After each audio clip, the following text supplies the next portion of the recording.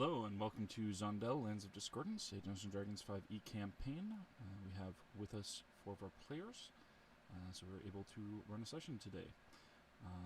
We are continuing where we left off last, the party having ascended the buttes in the Shimmer toward where the observatory of this Alchemist Strahd version of himself, which he revealed had been split off and thought destroyed in his attempt to separate the evil from himself when he was trying to reform. Having dealt with some of the local wildlife down in the sands and rocks below, they found traps on the first bridge that they crossed, as well as undead remnants that fought against their progress, slowing it somewhat, but not enough to require another rest. At present, everybody is set to examine and cross the second bridge on their way toward the observatory. And anybody can go ahead and make tongue's dry for a second. One moment. A vision-y check? Perception check. Hooyah!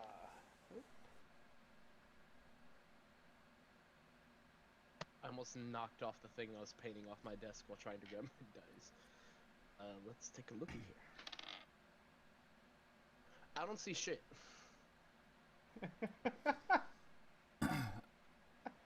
And unless you're, checking your pants, hopefully I would hope you're not seeing that. And if you are, May have then you maybe have some people looking at you a bit weirdly. Miranda has a 16 and Dobbs?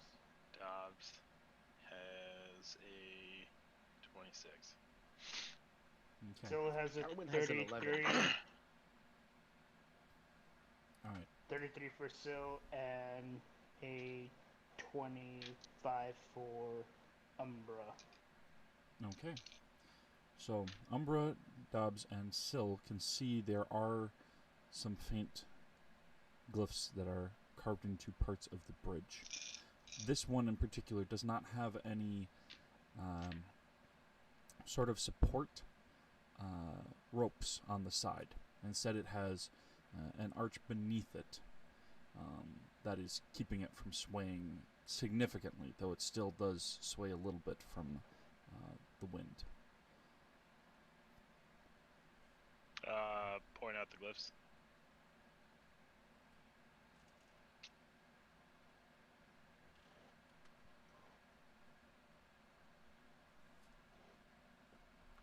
There we go. More traps be bound. Yeah, so Darwin doesn't see anything because he got an 11. And he has a plus 10 bonus, so you can guess what I Why did you just go with your passive perception? Yeah, I'm going with my passive. Because of that. Okay. So, Okay. are you keeping to the same previous marching order, or is somebody going to lead the way? Umbra wants to go examine them, see if she can disable them. Okay. Can Umbra fly? Umbra can fly. Yay. Okay. She's gonna inform the rest of the party if they would like her to do that. Alright. So, the glyphs themselves are spread out through the bridge. There are 2 on the first plank, none on the second, and 2 on the third. while flight would allow you to cross over to the 4th, someone else would have to make a jump to cross that much of a distance.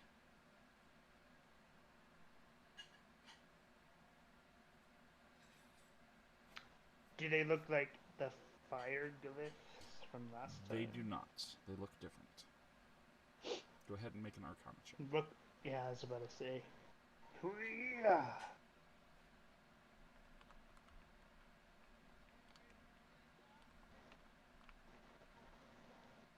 So are you looking at the ones on the first plank or the third to start with? First. Umbra.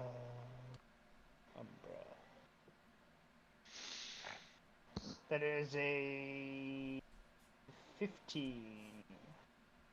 Okay. One of the glyphs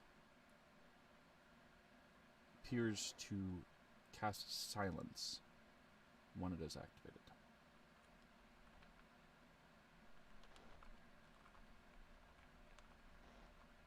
Okay. The other one you do not recognize.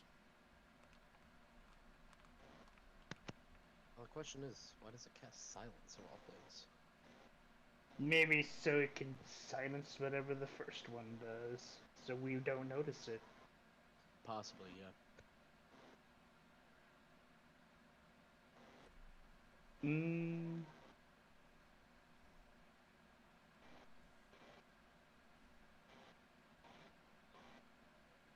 Is there a way she can remove the plank? Given the particular design of this one, because it is not a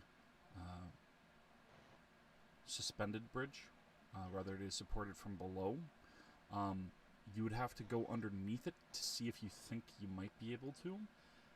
However, you can see that the arch that is supporting the different planks when you go at an angle is securely attached to each plank in a fashion that makes you think it might possibly weaken the bridge to remove a plank. Okay.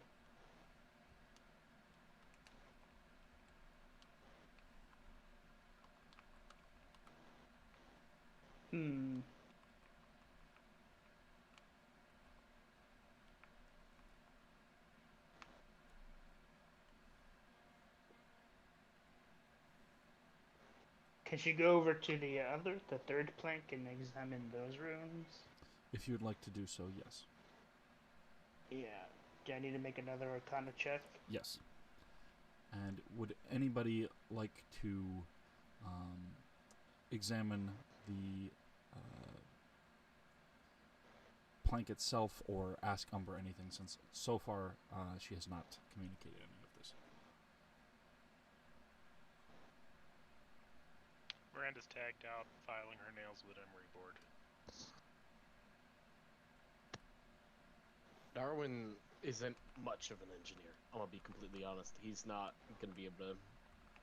I mean, he's still gonna ask like what's been found so far, but he's probably not gonna have any good ideas to deal with it.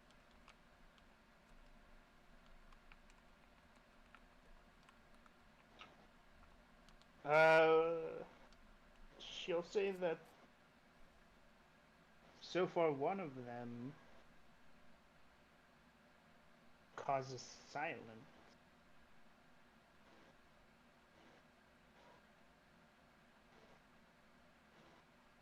It's a real weird one for a bridge. Right. And then she'll say the same thing. It's probably so that we won't notice what the first rune does.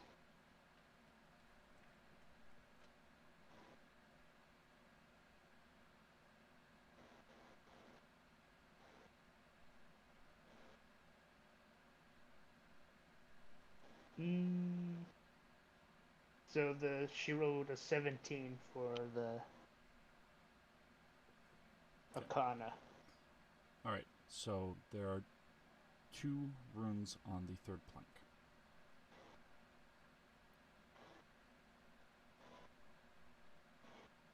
One of them appears to be a symbol of hypnosis.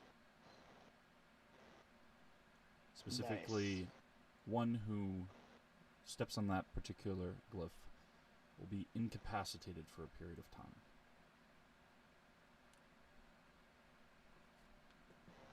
And the other glyph?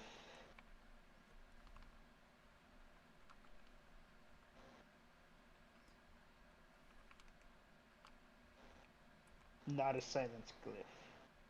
It is not.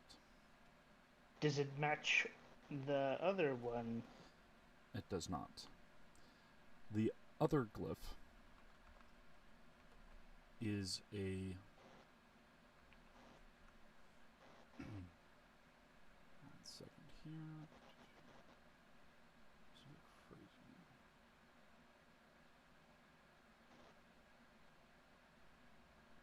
It is a glyph of command with a singular word woven into it. Do I know what that word is? Shove.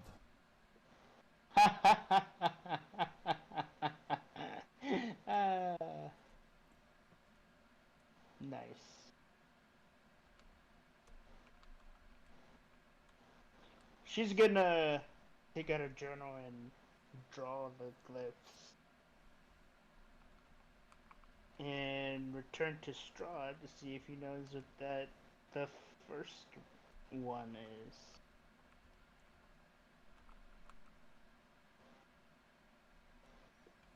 Okay. One moment. And inform the others about the second pair of glyphs. I need to see if he's got that particular thing.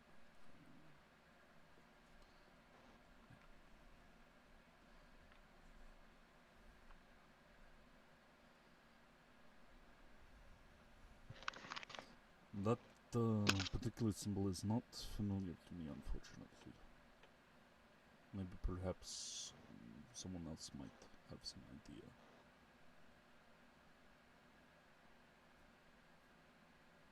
Okay. She'll ask everyone else except for Syl.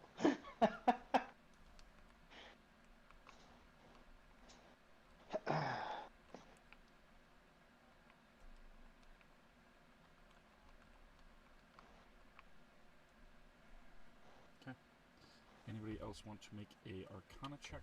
They may do so. Darwin will give it a quick once over. He probably won't be able to know anything about it. Who knows? He might accidentally come across it at some point while writing a song. For some reason. Don't ask.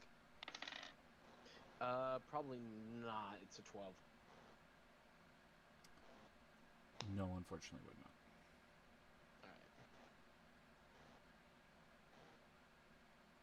Miranda? This is not her forte.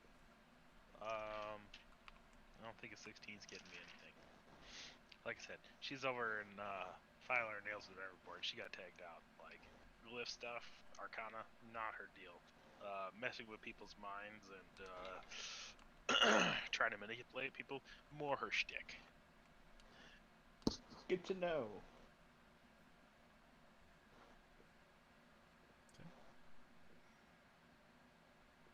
Dobbs or Kale?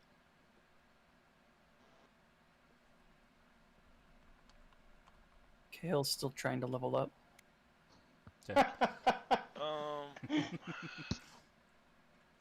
I can't find where it says what the proficiency bonus for level 14 is.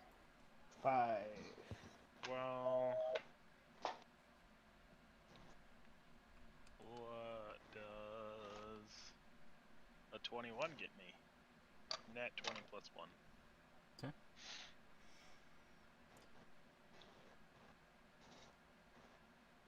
In your assorted travels, you have come across this particular glyph one time before in a sadistic sort of punishment that was used with a individual who had red-hot shoes attached to their feet that had this glyph on them.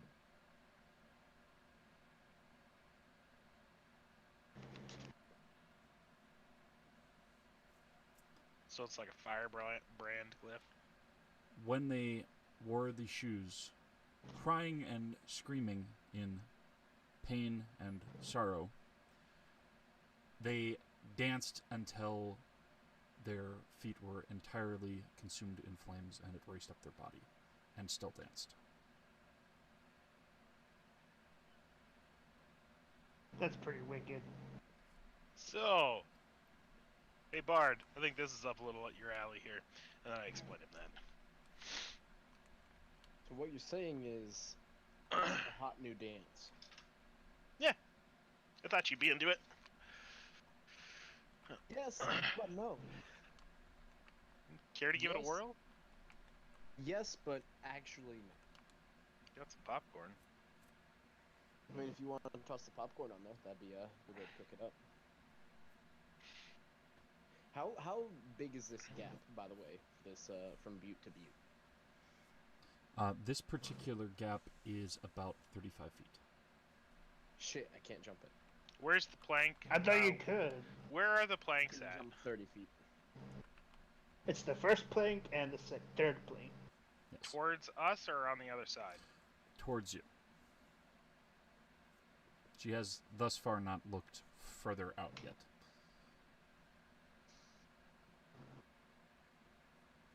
Does she check the second plank? The top does There not was appear to nothing have on the anything. second. Oh, I don't know if I did that. Because I was about to say, technically speaking, I could just... Oh no, because I'll probably need a running start to do the full 30 jump. Can Miranda strafe at a distance, checking the entirety of the bridge above and below for marks? Say like It 20 depends. odd feet. It depends on how quickly that you're trying to do in terms of what level of detail you would get, as well as how far you go before there may be a possibility of being near the other end. As you remember from the last time that you crossed the butte, the remnants did not pop out of the ground until you had fully crossed the bridge. So that is something that Miranda would at least know, that it took that much time for them to come forth after everybody had crossed, or at least after the first person had. So there's a possibility of, if going through the entire bridge in one go, there might be other things that will react to your presence. I mean, if they cross the bridge and step on the glyphs, then they get screwed over by it. So, I mean...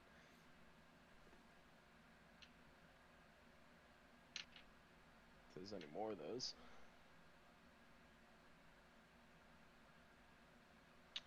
How about doing it at 20 feet? 20 feet away. Because that was where the first one started to glow. Right. Are you going to go through the entire bridge, though, or are you going to stop before you get to the end? That's what I was asking more. No, I'll go through the entire one. I mean, I'm staying 20 feet away, like, around the whole thing. I may go onto the other side while flying, but I'm still going to be 20 feet away from the bridge portions. Okay. All right. Go ahead and make a Arcana check and a Perception check.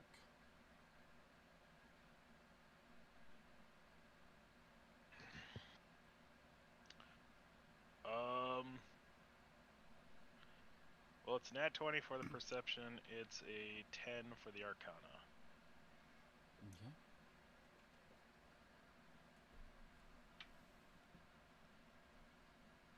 Oh, so perception is then 29.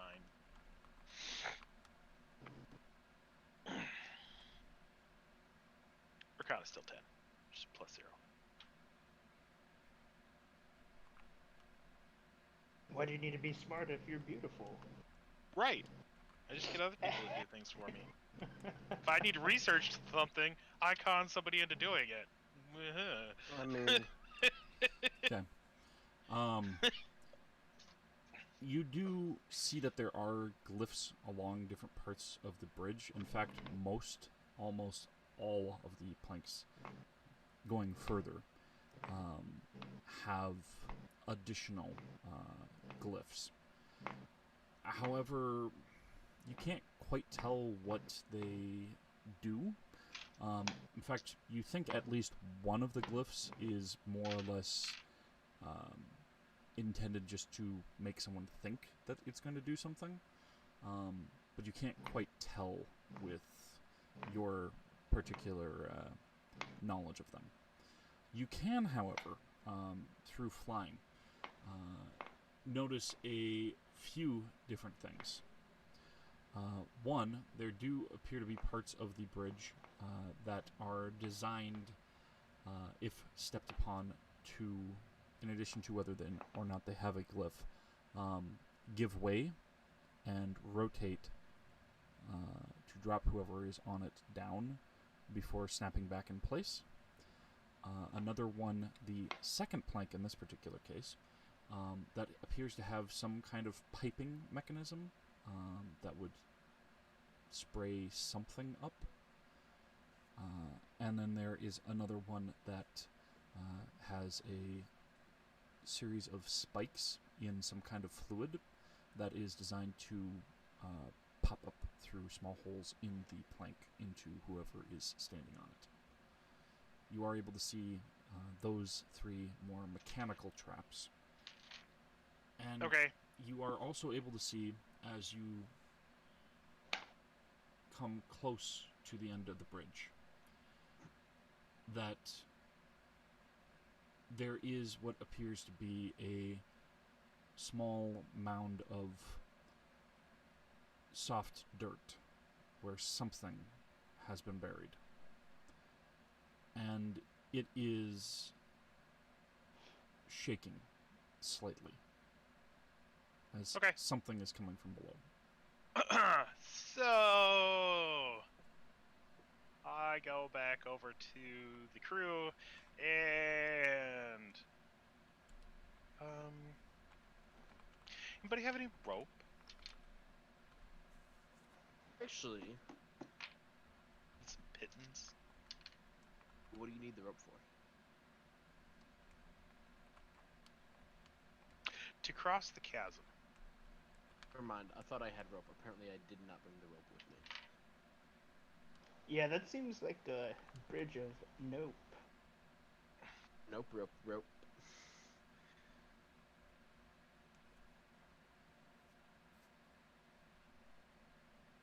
bridge? Yeah, I have some rope, says Umbra.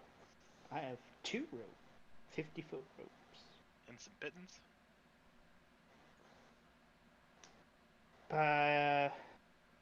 What? Anchor No. the rope on the side. Oh, I thought you said mittens, and I got really confused. Pittons. Pittons. Pythons. Pitons. Ridge Farms. So it's a death trap. Sounds like fun.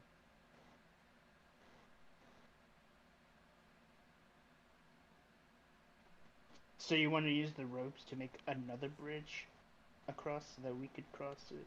Yeah, because I'm gonna blow this one up. Nice. I mean, if it works, yeah. Well, I mean, it's the shortest route. It's only 35 feet. We got plenty of rope. I meant it like in a rhetorical sense. Like, I mean, if it works, then let's do it.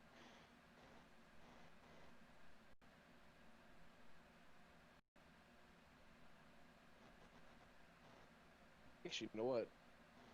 What are the odds Darwin can tightrope walk? Okay. We don't necessarily need to tightrope walk. Well, I mean just on the bridge itself, because doubt they put stuff on the ropes. What kind of moron tightrope walk on the handhelds on the bridge? Well, I would put stuff on the ropes. Don't mess up my moment. I'd make everything, not Stop being super safe. intelligent. It makes me look bad. Like, I'd coat it in, like, venom and poison and some parts of it. Yes, with because that'll get through my dust. boots. Miranda Fireball's Well, the other end of the bridge. Alright, well, I guess we're not doing that then. Okay. Go ahead and make an attack roll. It's Fireball. I cast and I roll some dice. It needs to make a dexterity saving throw. Roll for damage to the bridge. The bridge just jumps out of the way. Well, fuck. Well, it'd be funny. That'd be the first time a bridge has No, ever that's not what I'm saying. I need you to make an attack roll because there might be something that'll get hit on the way. Oh.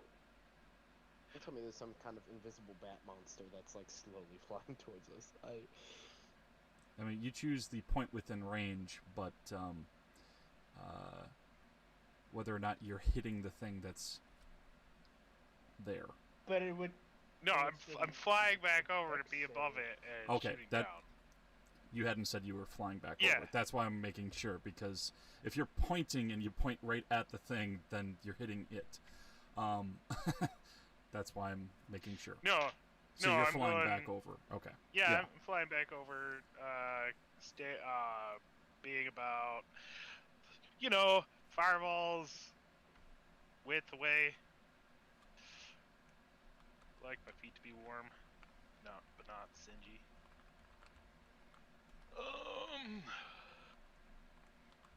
What's Fireball? How many dice is that? Depends on what level you are casting that. Yeah, for third level it's 8d6. They only have third levels, so. 4, 5.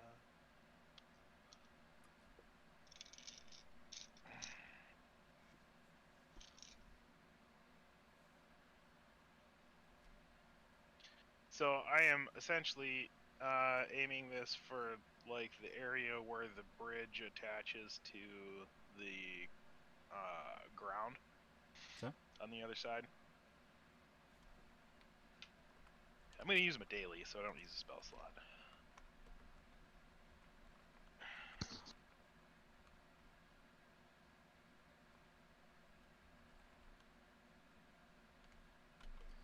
Hey.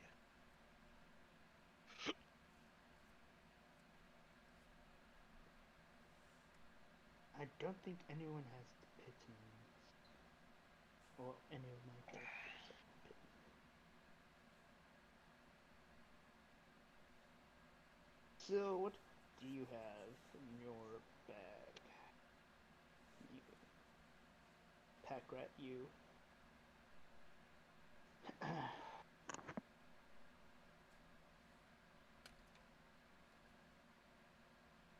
She's got a whole bunch of knives. 40. Okay. If anything needs to make a deck save, it's 21.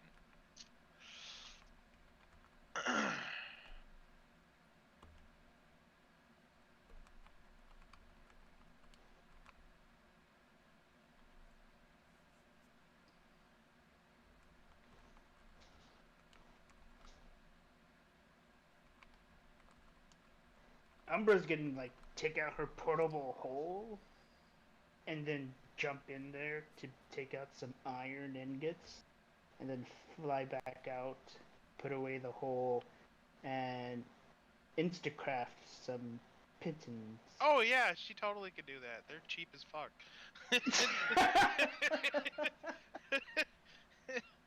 I forgot she was the crafty guy. Tinkerer. Yeah. Umbra's able to do Portable that? hole? Yeah. Umbra. I think you can do it like what 5 gold 25 below and GP. yeah, in an action. Okay. So, As you unleash this fireball upon the bridge, the wood itself quickly catches fire and starts racing across back toward the others. The metal support struts that were supporting it and the mechanical traps that are built into it are not burning up, though they are hot. You can see them turning red. Okay. As the Second. fire is racing across the bridge, you and everyone else also can see flames in the air a little bit above the bridge. There is a gnashing, rancorous sound mixed with high-pitched squeals as 3 exposed imps drop their invisibility and fly at Miranda. Everybody roll initiative. Do I have time to do a quick reaction of acid splash while they reach up? She's on the other end of the bridge, so... I have 60-foot range. Okay. 1 second. It's more that they're not getting a surprise round. I would say no, not a reaction on it. Just simply so because they're it's... I'm at starting, but they haven't moved yet. Yes. Yeah. They don't have surprise because of the fact that they were exposed. Otherwise, that could have happened if Miranda hadn't fired the fireball yet. They moved closer the last time that Miranda moved over there. So Miranda has a 19, and Dobbs has a 10. And Fails out of 19. Still got a 25, and Umbra got a 19. Arwen got a 21 and a 14. He's going to be acting upon the 21 and dropping the 14.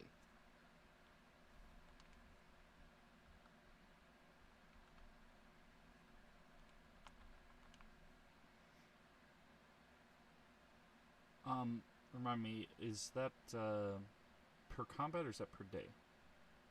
So me being able to act on both is once per day, but I still get to roll twice. Even And then if pick already up. Okay. Yeah. That's what I was just... So I'm picking the 21, not the 14. Right. That's what I was saying. I dropped the 14. That's what I was just checking in terms of if you meant dropping period or dropping next turn. That's what I wanted for clarification. Oh, yeah, I get it. So, what was Miranda's again? 19 as well? Yeah. Okay. Syl, what was Syl's? 25. 25. Okay. Umbra got the 19. Yeah, I got that. It's just a lot of people spoke very quickly, so I'm My making bad. sure. It's fine. Just needed to get that.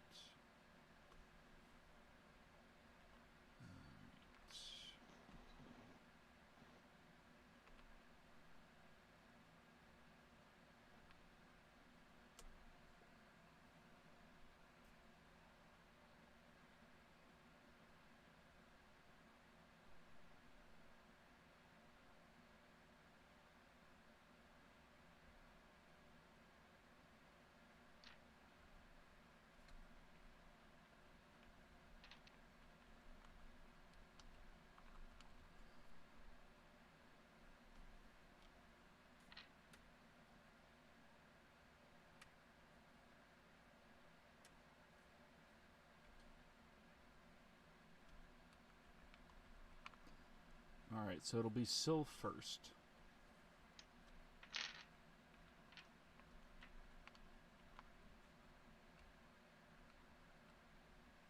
Cool.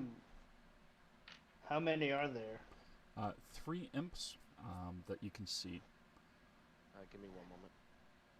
How far away are they? They're right within 5 feet of Miranda, just a little below and spread out in a triangle. So 35, 38, and 40 feet. Do I have a ranged? Oh yeah, I have a freaking light crossbow. Thought they were still on the bridge. They were near the end of the bridge. And because it's a 20-foot radius, when you burned it, they still got caught in it. You were above it, so... Are they flying too? Yes. They were flying just slightly above the bridge, so they were still within range of being caught because of the fact that it's 20 feet that it hits. And you were 20 feet away, so you literally just are like a few inches to a few feet from the actual blaze. But they're in the middle of it. Yeah, but you said they're within 5 feet of me? Yes. That was why I was asking before in terms of if you were aiming it from the other side or if you were flying over, because you would have been potentially centering it on them instead of on the bridge. Still would have caught the bridge, but not as much of it. Just let them be 5 feet within you so I can sneak attack them, damn it. Whatever. Just gonna shoot the one that's 35 feet away.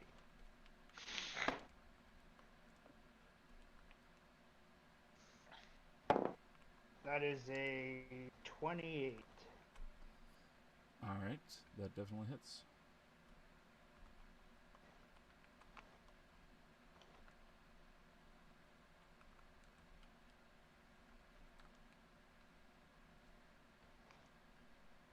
Silver crossbow bolt? If that makes any difference. It does. 5, 7, 11,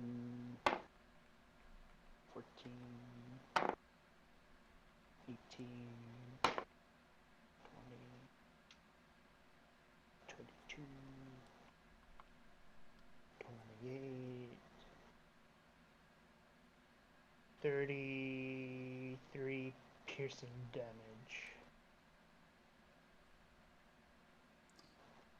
Alright. The projectile goes straight into the imp. Are you aiming at the head or just the center mass?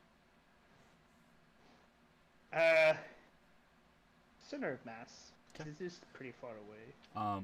It pierces through and drags them through the air,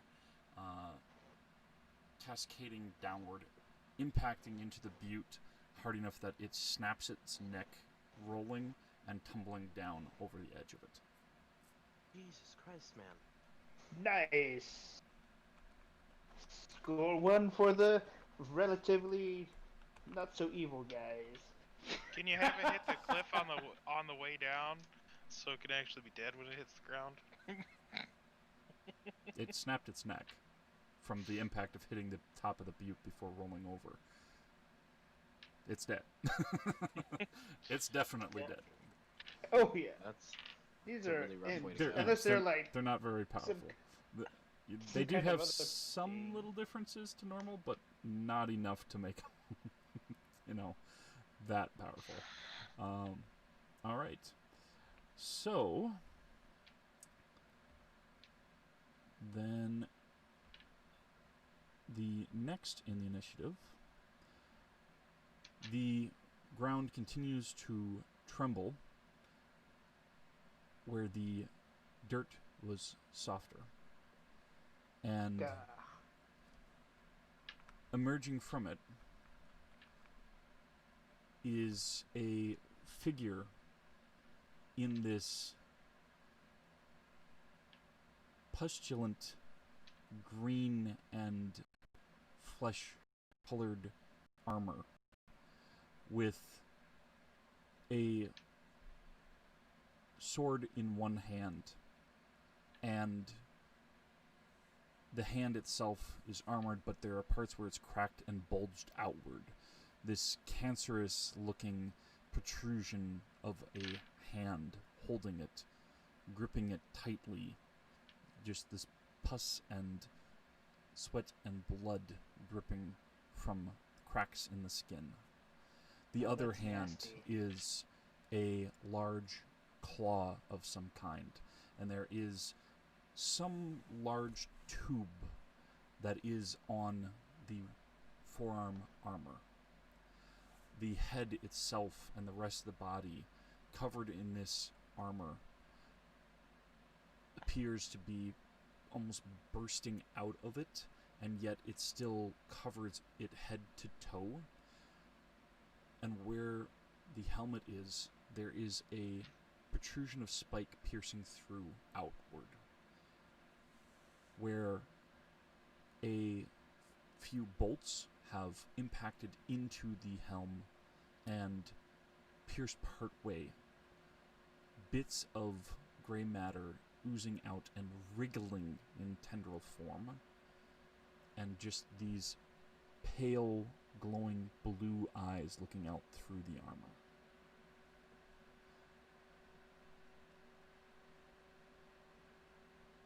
And Typhus the Blighted has used his action to finish crawling out of the hole.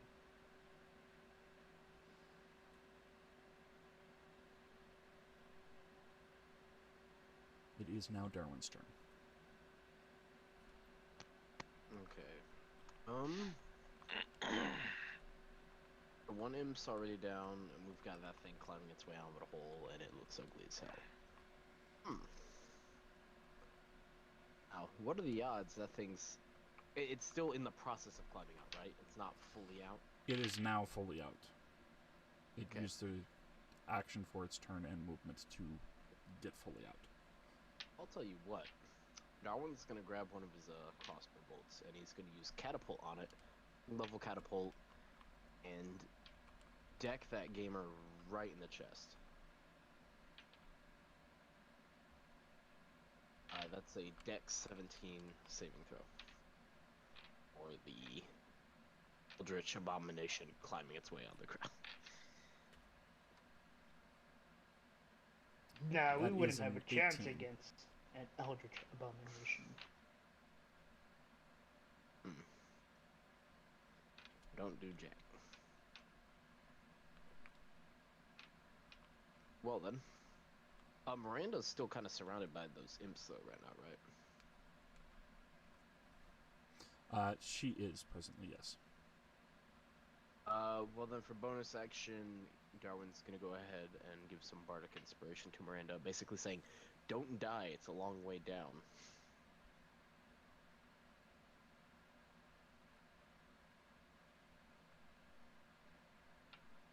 So Miranda has bardic inspiration of a 1d10. Yay! Which may totally be added to a saving throw, if need be. Yay!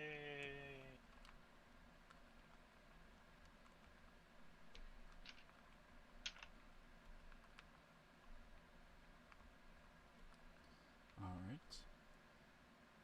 It would be the first imp's turn. However, they have ceased to be. They are a late imp. They have gone off into the abyss, where they shall be tortured.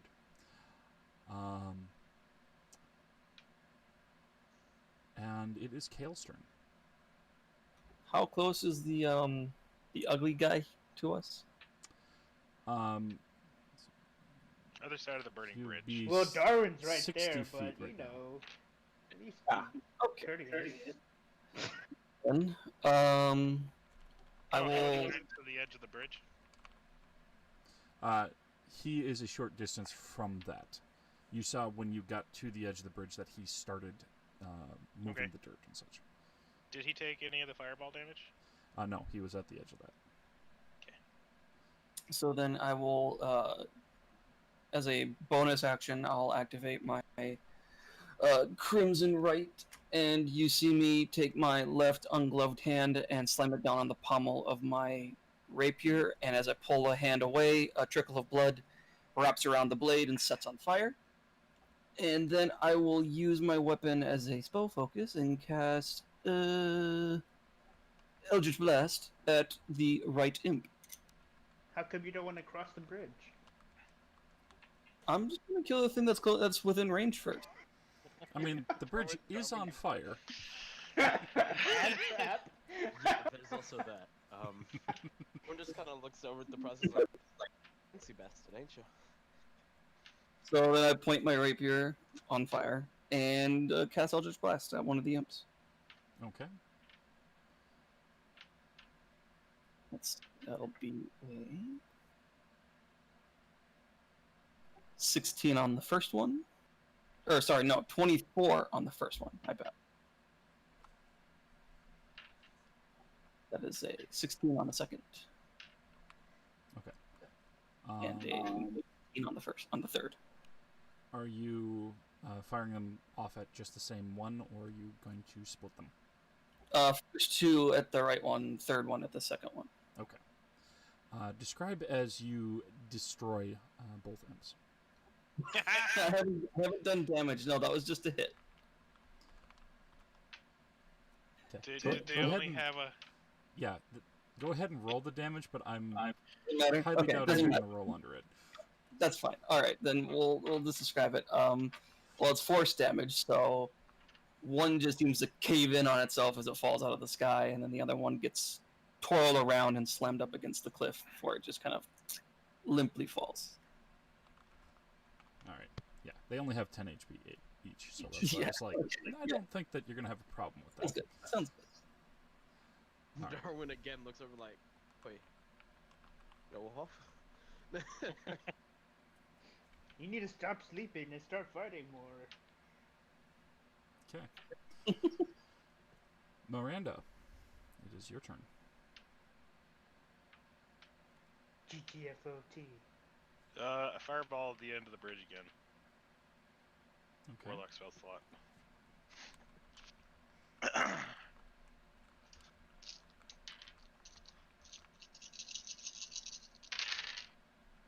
Ew.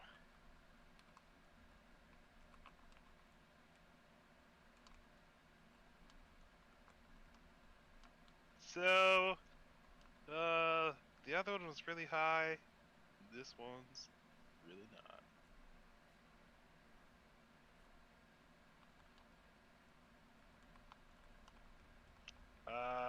24. So, as you blast the bridge again, the wood portion has now entirely been consumed. The metal is hot, and you can see it is. The weight of it has shifted slightly with the stone, but it does not appear like it has gotten hot enough to start melting or collapsing. Just that the heat has softened the stone and metal enough for it to sink in a little bit. Does there look like there is any weak points, any weak key points adjoining it to the other side of the... Well, there are several points where it is bolted into different sections. If you hit like where two parts are sticking together, you could definitely cause it to separate. Depending on where you hit it, you could make the weight of it now not being supported on one side, just careen and fall. Yeah, where I'm trying to cause a failure. Yeah. So are you going to be aiming your fireball at that instead, since you were saying you were putting it at the same place before? No, I can't fireball again. It's too high a spell. I can bonus action.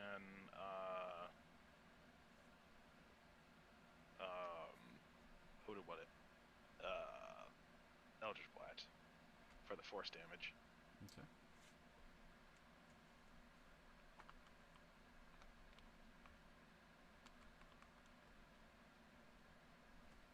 All right. Go ahead and roll your damage since it's not going to dodge out of the way. What? This is not a mimic bridge.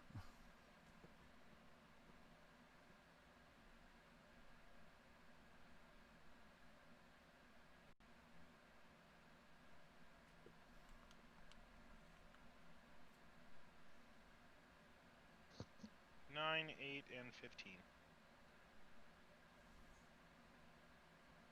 Okay.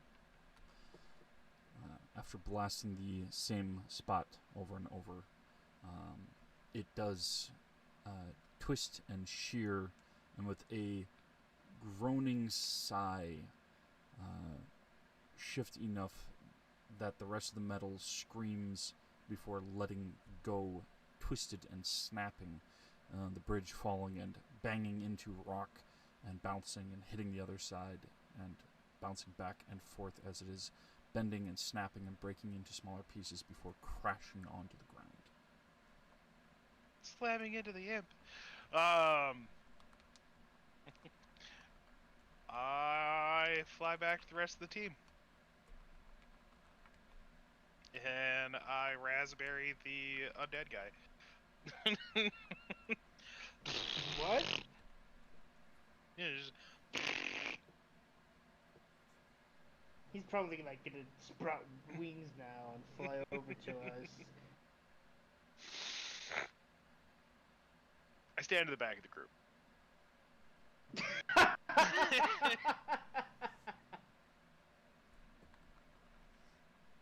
Okay.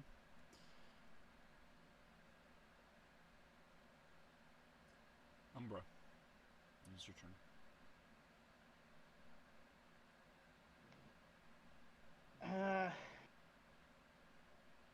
Well, damn.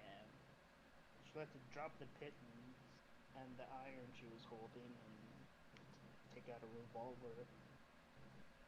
And, we'll shoot it.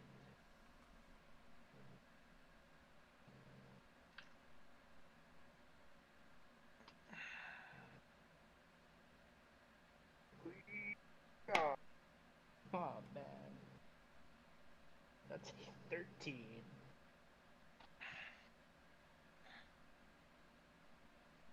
Okay. You're attacking the figure on the other side of the bridge. It's still Hopefully. in front of her? She'll be shooting the Titus, whatever his name is. Titus. Its name is. Unfortunately, that is not enough to hit it. Yeah, I figured as much. And then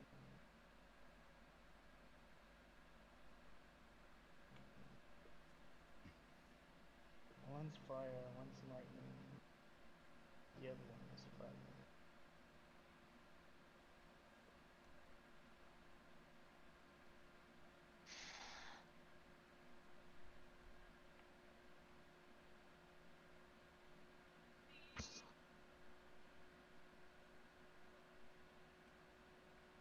I guess she'll take out her second revolver as a bonus action. And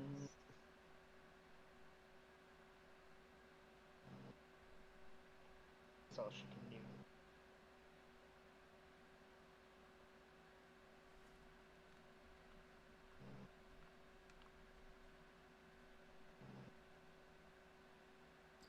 All right.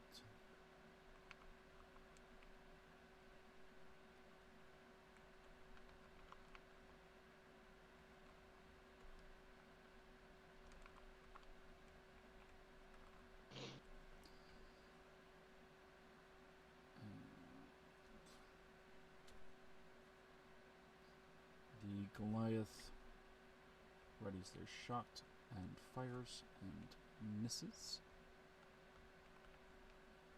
Who's he shooting at? One important, apparently. Dab. Dab.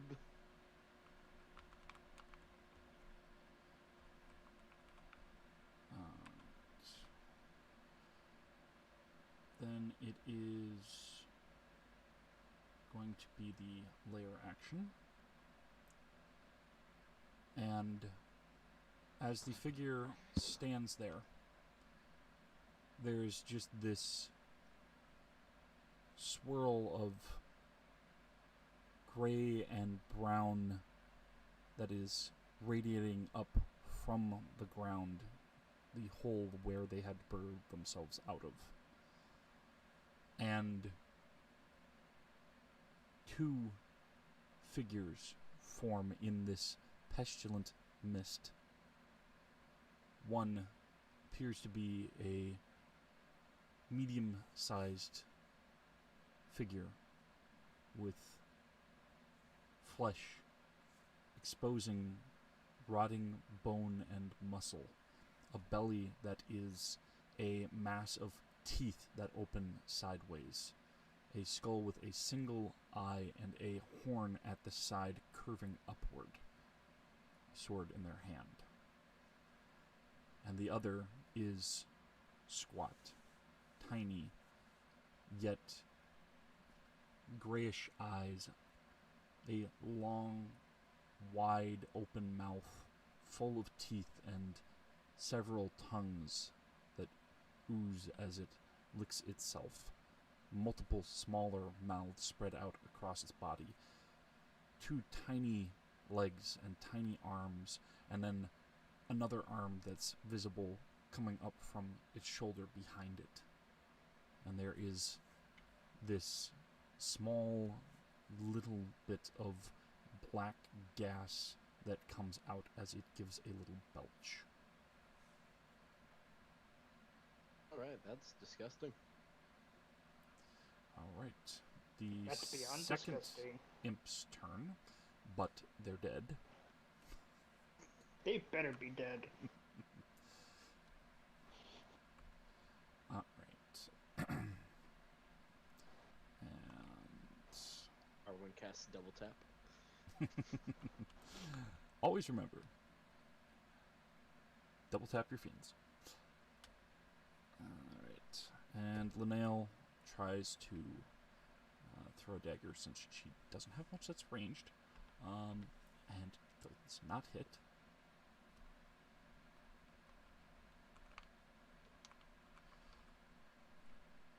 And then it is Dobbs.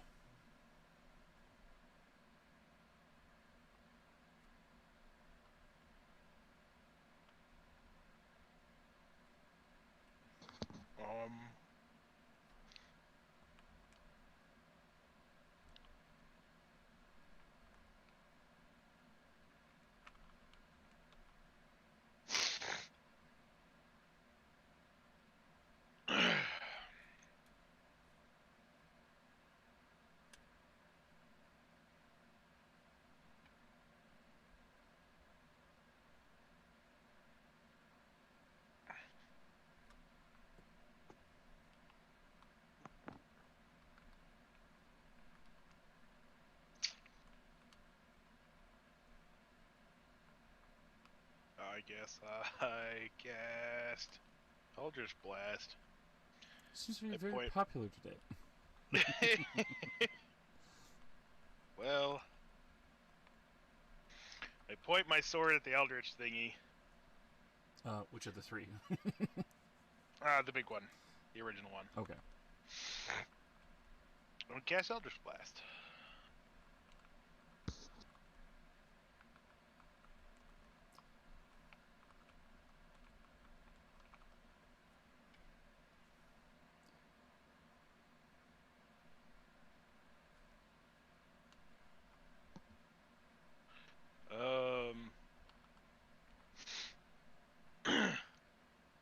Nat 1 on the first one. Golly. Boy, 6 on the second one. And 19 on the third one. Okay. Rolled 3d6.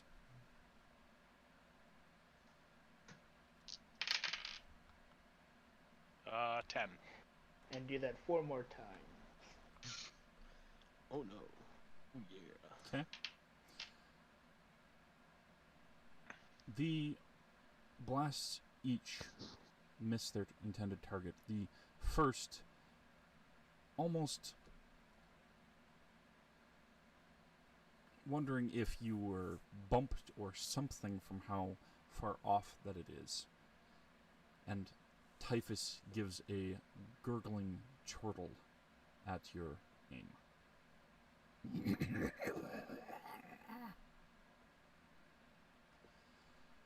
That's good. I'll give him credit for that. That was a good laugh. Anything else that Dobbs is doing on his turn? Even the 19 misses? It does. Sad day. It especially misses.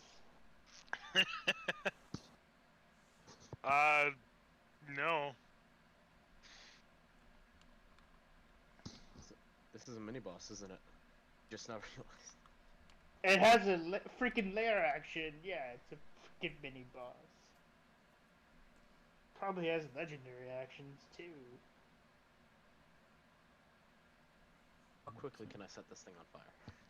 I'm just hoping that its lair is over there. Probably has like a kilometer range or something.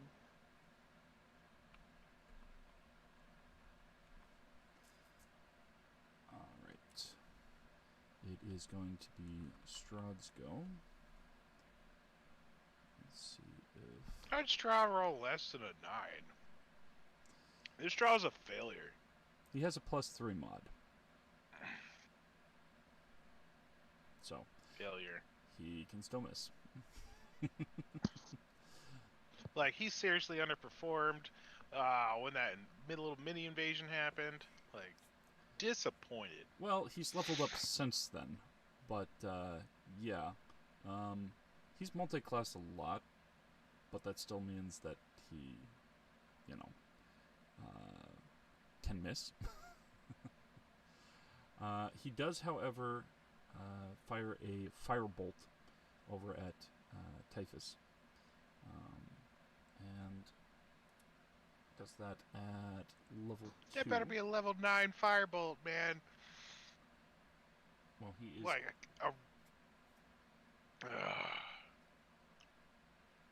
level 1 spell. Oh, wait. Disappointed. No, Disappointed.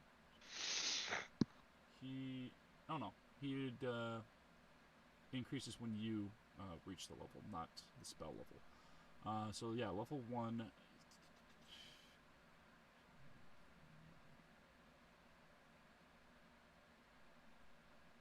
Oh, is that the fireball cantrip? Yeah, it's firebolt, not fireball. Oh. 1 second. I'm just trying to double check because of what level he's at. Because it only goes up to 17. 17 for the description. But that's not the level he is. Right. 1 moment. He's level 212. No. He's not 212. You can only hope. I think he's around like 27 to 30.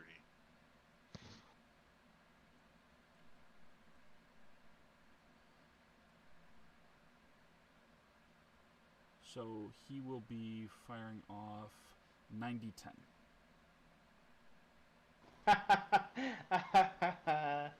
Nice. That's more like it. He's level 33. Just drop trigger, doing something. Good to know. Don't fuck with Strahd. He still fails other stuff, but... Attacking him, yes, let's not do that. Fails at making good friends. So guess what the level of the other Strahd we're trying to fight is? Higher. More likely like 40 or something. Funny if it was lower.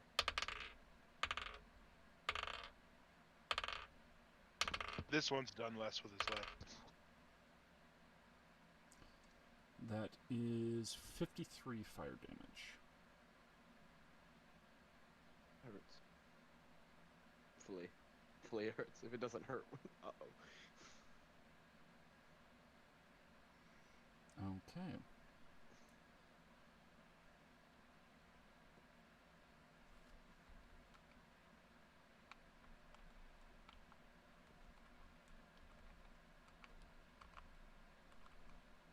What level did we meet Strahd? What level was Strahd when we met him?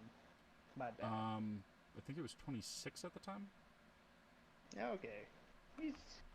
He's growing boy.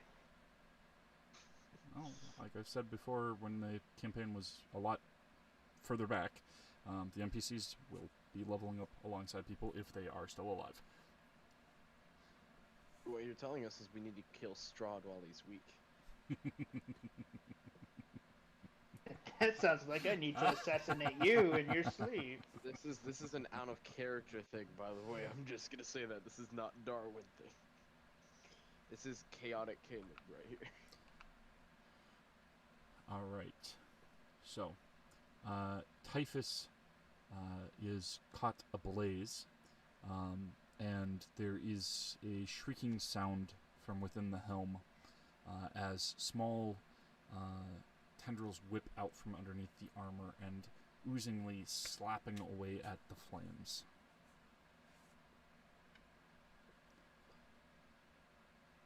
And let's see. This is action.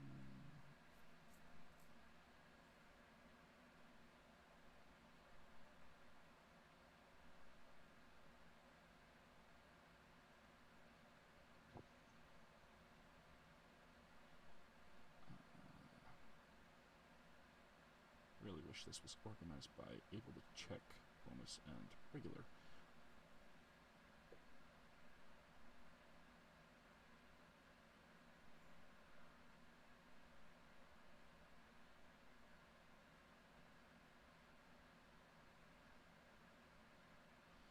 Alright.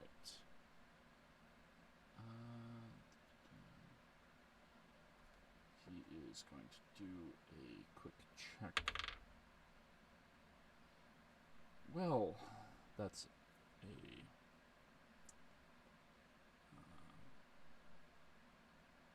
5.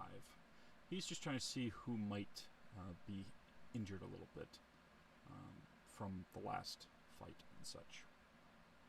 So he's only got a 5 perception on that roll with a +3. Who got hit? I don't think any of us got hit.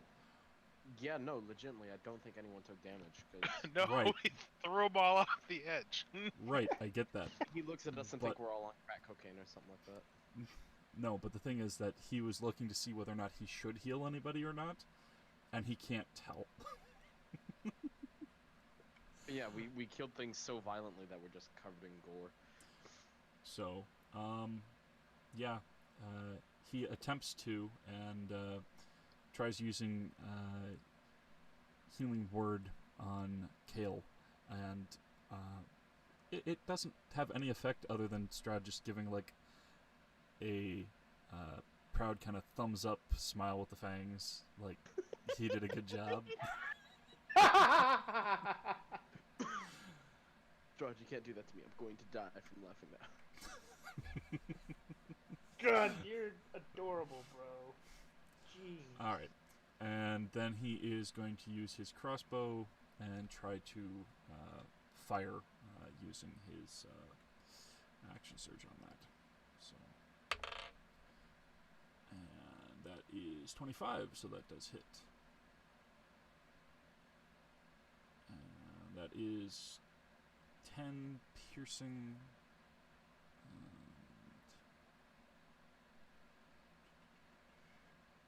And it does appear to stick into the figure, getting between part of the armor, but it doesn't seem to wince or otherwise react to it other than just a tendril that just grips it and snaps it off.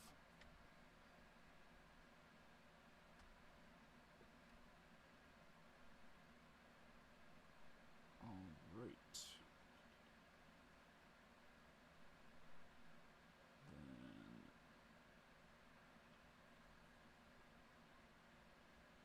Be Fennec and Benevolence. We're just gonna have them chasing butterflies again instead of falling on them. Because I do not have their full sheet pulled up, and I don't think they've got something ranged other than Fennec going and flying over there when at least from their perception, it doesn't seem like there's a need to do that right now. Let's see. We'll just have them give Kamikaze? inspiration.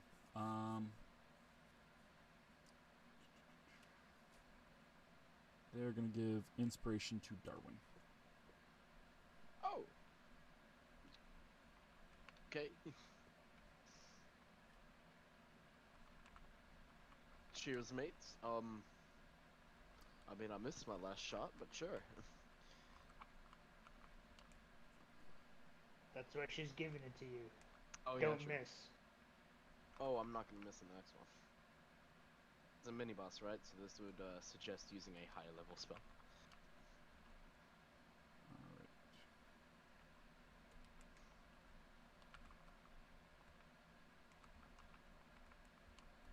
Alright. And then we are going to wrap around and come back to Syl.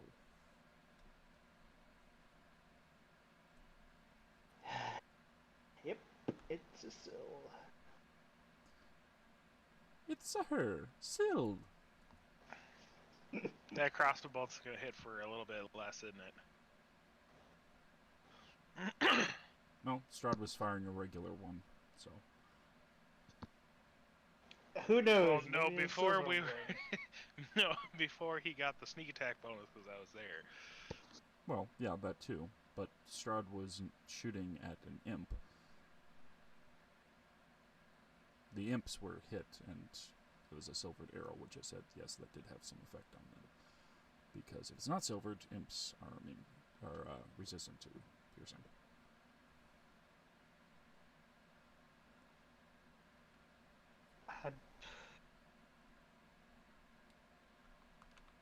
Short of just walking the hell over there, like, I don't think her crossbow is gonna do anything.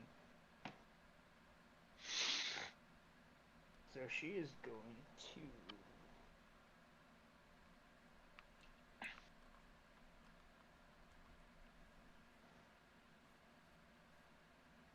not have a damaging cantrip, because who needs that? Most of my characters, when we got the free cantrip, went Eldritch Blast. I You got should me have with. done that. I've got double in terms of what I've got here. I've got Firebolt, Ray of Frost, Thunderclap, Acid Splash, and Vicious Mockery. She I went have multiple levels of thaumaturgy, damage. so she could just open stuff at will. Nay, if it works. Fuck it, she'll shoot at it with the silver crossbow bolt. Okay. How many do I have of those? I have 24 left.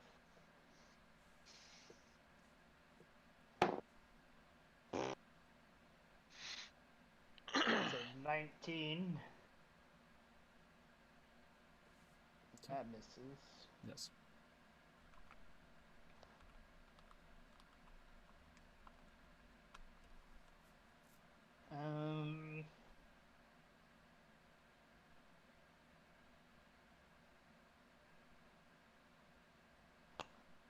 Forgot she has health potions. That's nice.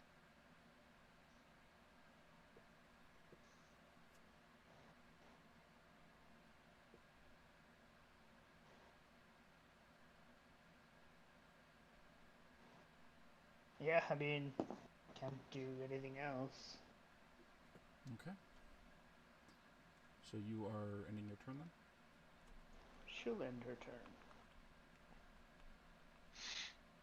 Unless someone shocks her with does lightning damage to her, she can't do anything.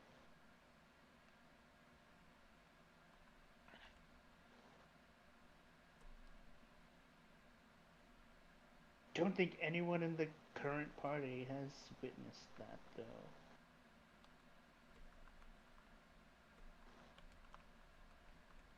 Except for Umbra.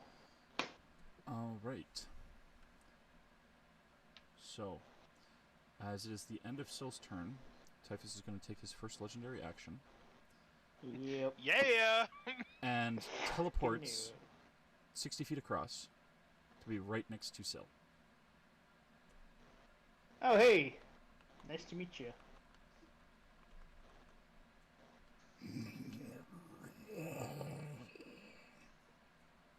So Yeah, much this for lovely making weather this we're a having. ranged fight.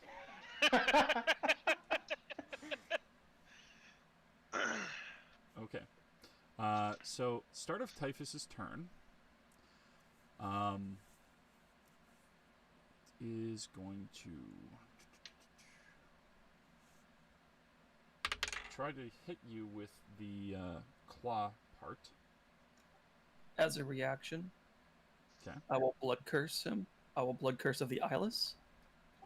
I will also burn D8 of health, which is 1 point of damage to me. All the creatures' attack rolls until the end of the turn. Okay, so let me see here. I can roll 1d8 and subtract that number from the creature's attack rolls until the end of its turn. Okay. Nice. Also, to stack on top of that, Darwin's using a reaction to cast or use cutting words, saying, "You are not about to do that to one of my teammates. Back the fuck up." So that is a disadvantage, if I recall correctly. Okay. It is. Right. Oh no, I get to roll the die and subtract from that creature's Yeah, roll. so you're both subtracting. Feeling the love here, guys. Thanks. So that is a 28 to hit before the reductions. Please roll those die. Congrats, he's losing 9 from my, It's a -8. We both rolled super high, that's fucking fantastic. So 9 Highest I nine can roll. is losing 17 total. So it's down to 11 to hit. Yeah, that is. It's like the fucking Pillar Man. It's like Wamu is like, "I call upon my lord," and like fucking cars and the other guy pop up behind as the theme Okay. starts playing. As the second part of its multi-attack, I it is can going to roll try this to hit thing. again. I can roll it on this one too. And that one is a 23 to hit. I'm at 7. Nice. You are now my favorite person. Unfortunately, I only get one subtract roll of cutting words, so I don't have anything to subtract from that. It cost me 1 hit point to make it permanent for the turn. Oh, that's not bad at all. That's It pretty good. It cost me 8 hit points. It could have cost him 8. Yeah. Yeah. Ooh. It swings, but it's very useful if you want to protect somebody. Bloodhunters have got some interesting stuff. Nice. I like it. All right. It's got the So it has done its multi-attack and not managed to hit Syl despite being right next to them. It is going to use its movement to disengage and move to the middle of everyone.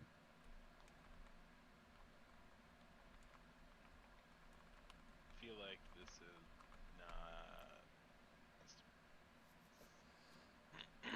All right. As Syl's gonna use her reaction because she has Sentinel. She's gonna stab it as an opportunity attack. one moment. Yeah. All right. Yeah, you might be able to reduce it to 0 speed if you hit Yes. it. And I get advantage because of all my comrades nearby. Mm-hmm. Hey, that 20. Okay. Nice. The second roll was an 8. So, using her hidden blade, which is silver. That is. Roll that beautiful sneak attack footage.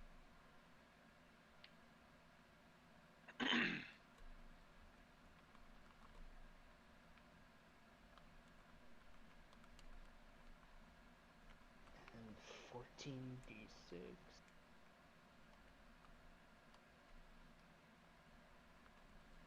Oh, there's a lot of ones there. That is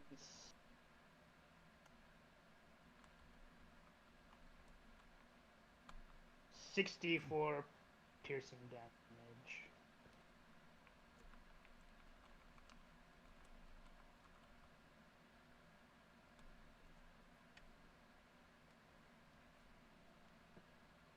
Just had a spider fall on my shoulder.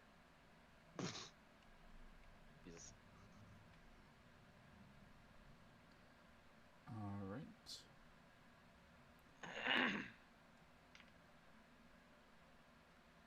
All right. You managed to keep it from getting away from you. And it'll be Darwin's turn. As it is trying to move, even though it is not able to get far, there is this brown and green gas that exudes from its body that reeks like a corpse that has been marinated in piss and bile for a week. Only a week. And Roll a Constitution saving throw. Darwin. Everybody? Everybody on the start of their turn will need to roll. If he's still there at the start of their turn. yeah, good point. What He's size got is this guy? medium? He is a large. Oh, damn. Question: is this a poison? It is a poison, yes. All right, I have advantage against that for dwarven resilience. Mhm. All right, so it's Constitution, right? Yes. Sure. First one is dirty 20. Second one is a 6, so we're going with the dirty 20. Okay. You are poisoned until your next turn. So I also have resistance against poison damage, though, which is nice. So. It's not It's poison damage. condition. It's a poison condition. You have disadvantage on attack rolls and ability checks until the next turn.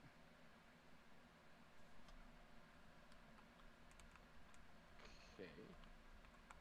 Well, I don't like that at all, dear sir. So, I'm going to do a couple things here. Very first thing we're doing is we are casting goddamn 6th level Scorching Ray with Metamagic Empowered, so I can reroll up to 4 dice. I just need to take off the sorcery point for that. And every single one of them bitches is going directly into this dude. So that is 7 shots. Okay. Alright, and we are gonna start rolling. Right, so first one, that is a 28. That hits. Second one, that is a 18. That misses. I'm gonna re-roll that one then. That one misses, that was even lower. Third shot is a 20, dirty 20. Misses. We're gonna go ahead and re-roll that one then. It is the second re-roll used up. 17 plus 9, that is another 28. 17 plus 9 would be 26. Still hits, though. I'm like, wait, where'd you get this back from? I needed that back. Oh yeah, what the fuck? I'm having a stroke. Jesus Christ. Okay. So fourth shot. 16 plus 9, 25. Hits. Man, now you got me double checking all my math here. Fifth shot. Another 25. Oh, what the fuck? Sixth shot, another 25. My dice weighted to 16 for some reason. What the hell? Okay, if it happens again, it's a sign. Last shot. 18. Misses. Since I failed, so I'm gonna use my third reroll to reroll that one. That one misses, and I have to take that result. So I had what, 4 hits? The first, third, fourth, and fifth.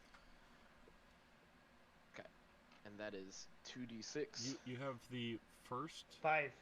third, Fifth and fourth, sixth. Oh yeah. fifth, and sixth. All right, so that's 2, 4, 6. It's 5 hits, right? 5 hits. Yeah. All right, so that is 10d6, and I'm really glad I have this cube of tiny d6s. All right, so that's 2, 4, 6, 8, 10, and I still have 1 reroll left. So if I get a 1, I'm gonna reroll that.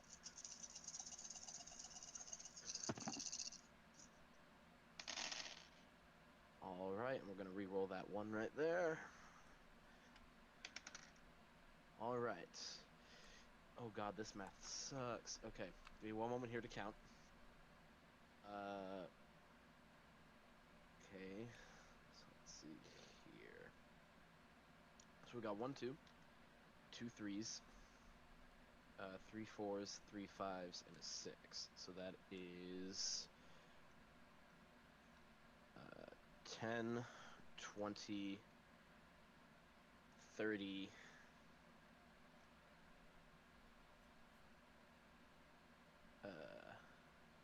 41 damage. Okay. And that is magical damage, correct? Yes, magical fire. Magical fire. Okay. Should be just double checking. Yeah, that all hits. Alright. And anything else you are doing on your turn?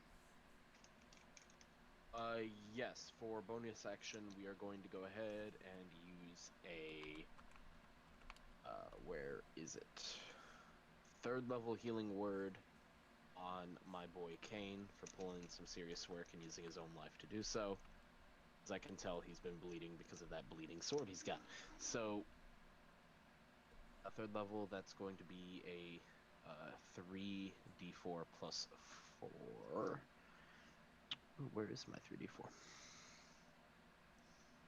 Screw it, I'll just use the in-program roller instead. Let's see what we got here. Total health back is going to be 13 to Kane.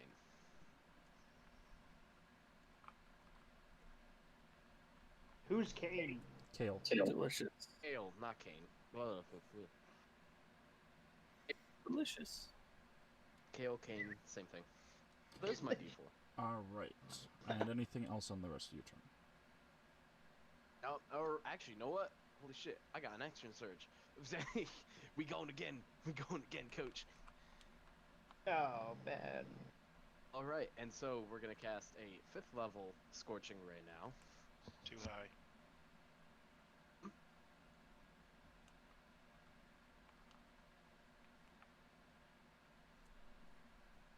Were you limiting it to level 2 spells for the second spell cast for the same turn? Oh, yep, shit. I thought so. Yeah. How likely can he make a dex... Wait, what is the most damage I can do here? Scorching Ray, all 3 hit, that's... Okay, crap, now I gotta do quick math. So are you doing second then, or? Yeah, we're gonna do second... I'm just trying to decide between Catapult and Scorching Ray. Which one's more likely to do more damage. Because I got 4d8 for Catapult, but it's a dex save. I have 3 shots of Scorching Ray, each with 2d6, so that's 66. And if you miss, you have a possibility of hitting a teammate. Yes. I know, because it's the Well. last...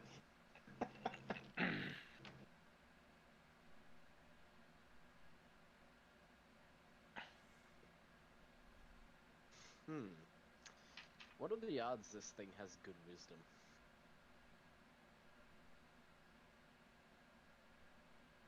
Oh, screw it. I'll be nice. Okay. Who are the closest individuals to this guy right now? Everybody. except for Blue distant. Miranda, maybe. actually, yeah, Miranda would be.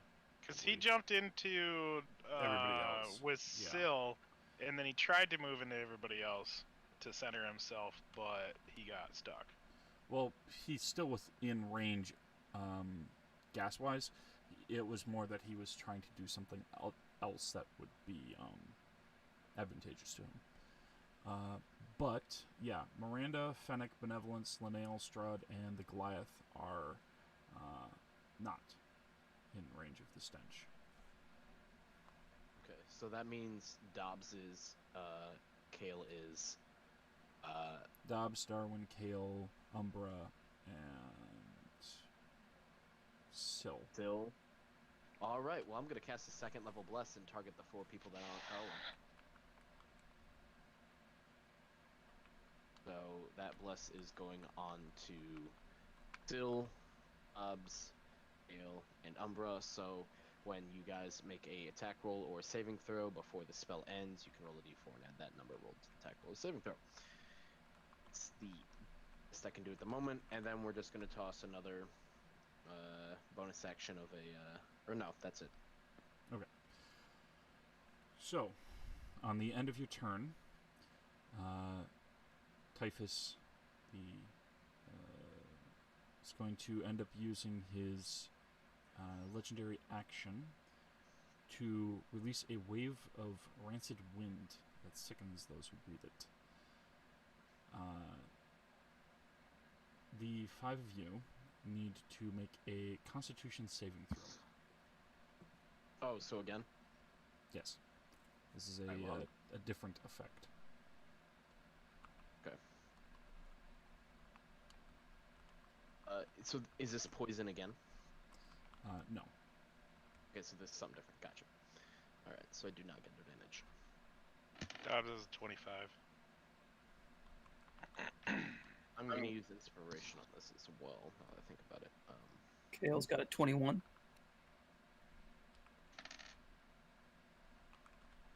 Darwin is sitting at a... Fuck, I'm having a stroke again. What is 13 plus 3 plus 9? That is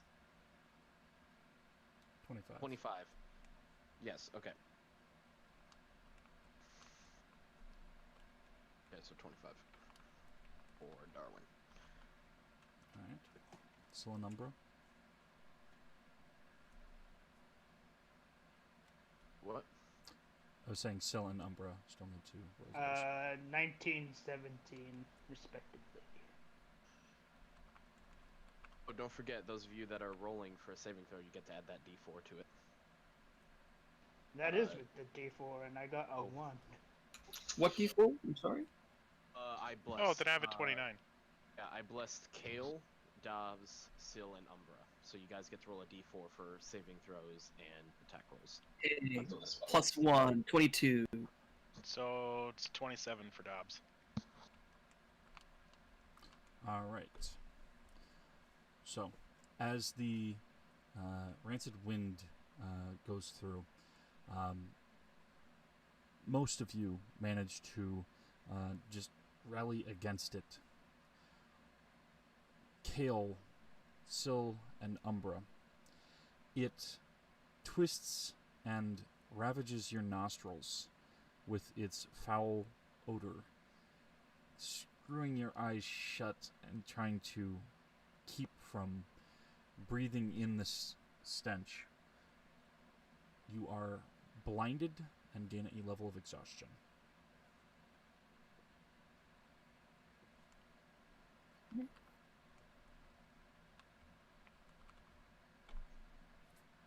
I wish I had a level of catapult that was high enough to launch people.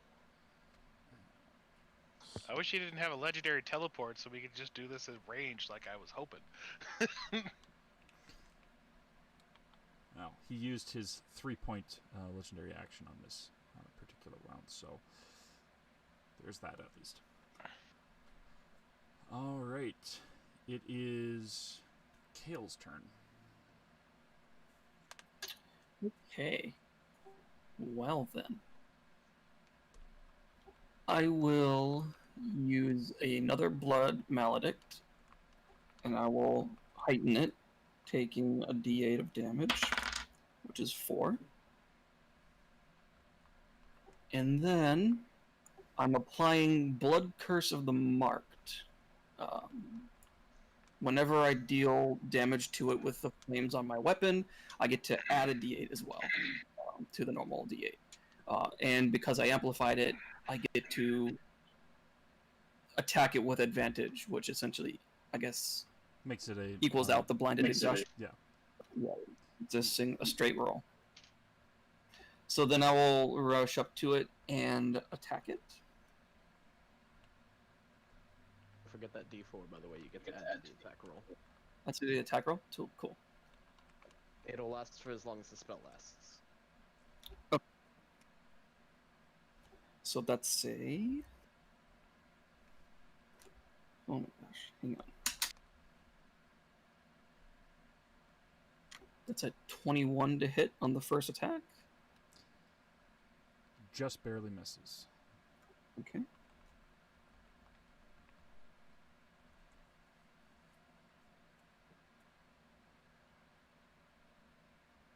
You roll an attack, you get to add that D4. Yeah. 11, let's see, so that's 21, 22 to hit on the second. Just hits. Alright. Go the magic number, boys. I'm gonna action surge and get another 2 attacks.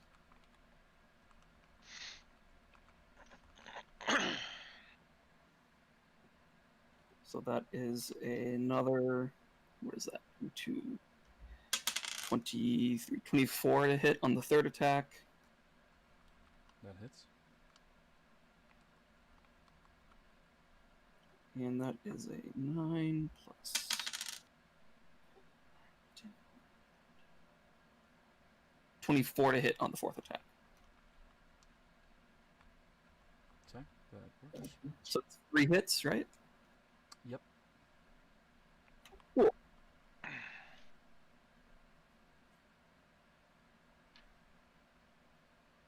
Okay, so sorry, it's gonna take a second here, boys. 10 points of piercing damage plus Is that magical or regular? magical plus 1 rapier. So 10 points of piercing damage plus 14 points of fire damage on the first attack. Okay. Second attack is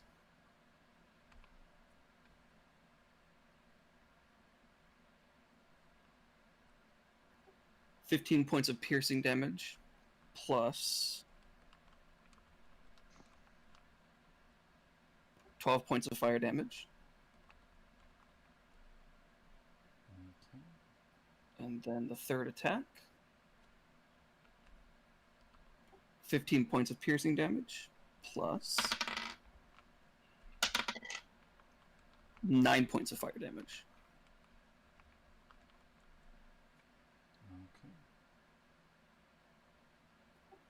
Okay. And then I think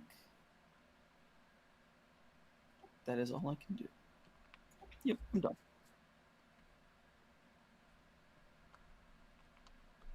All right. It is Miranda's turn then. Miranda casts haste on Strahd.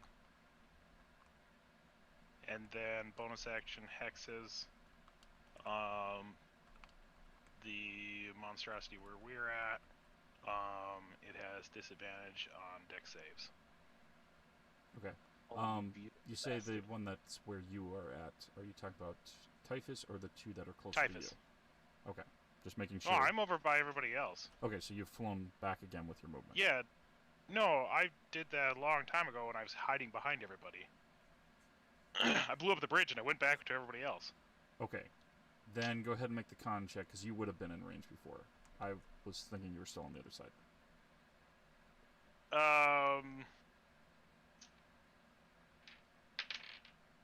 Net 20.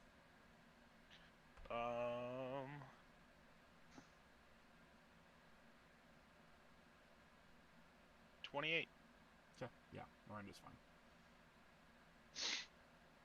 Yeah, he has disadvantage on deck saves, and Strahd has haste.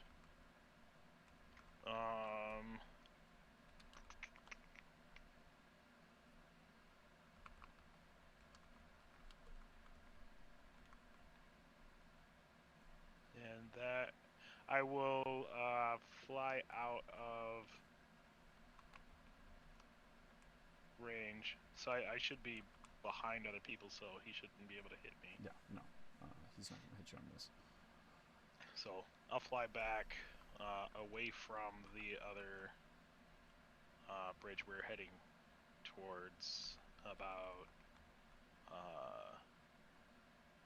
I want to be 40 feet from him. Okay, towards the first bridge? Or toward the one that's Yeah. going? Towards the first bridge, away from the second bridge. Alright. Away from him. One-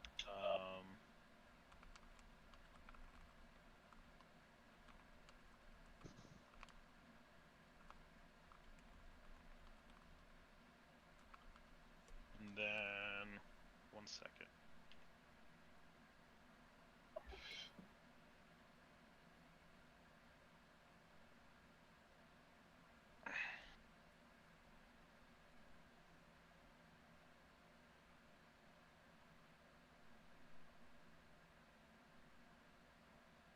Yeah, I'll end my turn after that.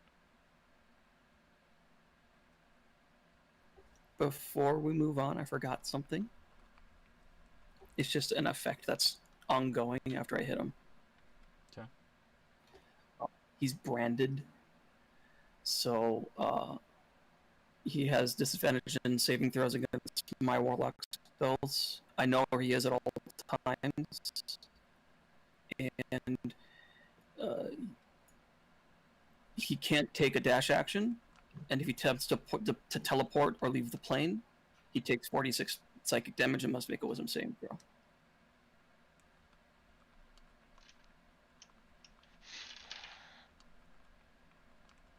Okay. So, no dashing, no teleporting or leaving the plane, disadvantage against your spells, and what was the other part? Okay, so he has disadvantage against my warlock spells. I know where he is at all times, and Okay, each that time was- he deals damage to a creature that I can see and is within 5 feet of me, he takes 6 psychic damage.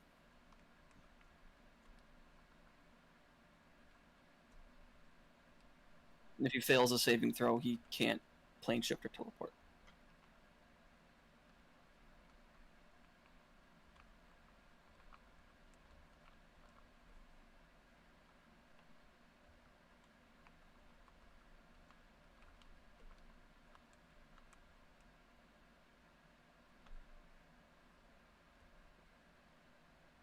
The brand of castigation.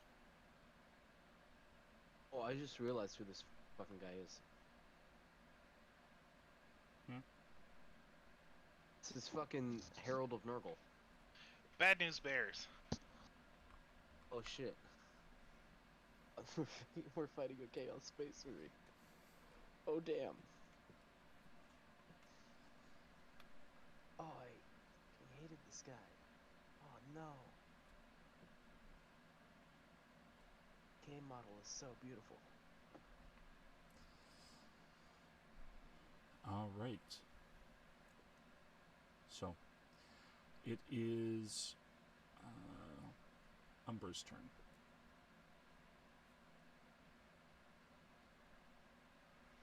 Make a con save.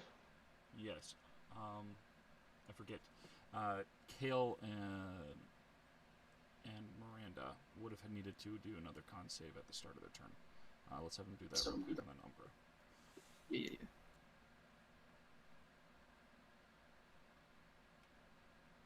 That is an 27. 25. Okay, they're both fine.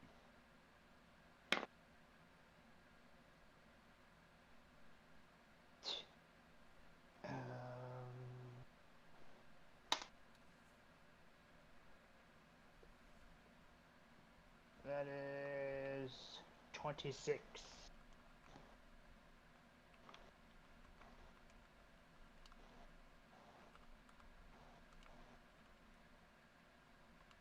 26 okay?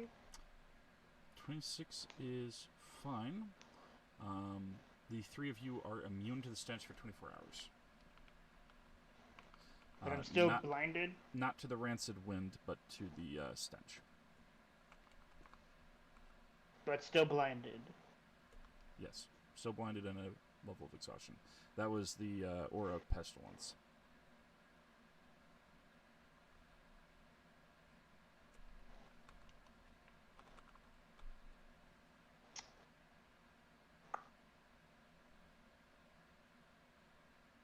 Should have worn my gas mask.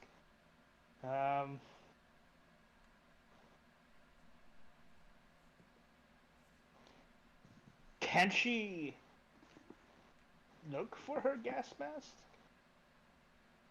I mean, you can go into your inventory. It'd be a action if it's not easily accessible.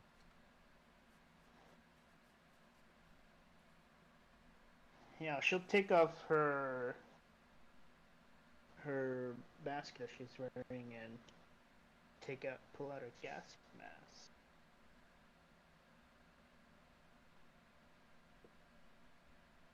Okay. So you're going to use an action for that, and that will give you advantage on those checks for gases.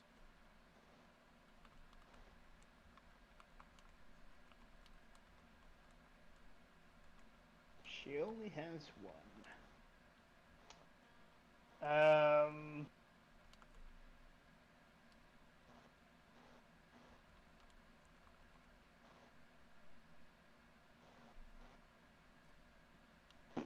Can't do anything about being blinded.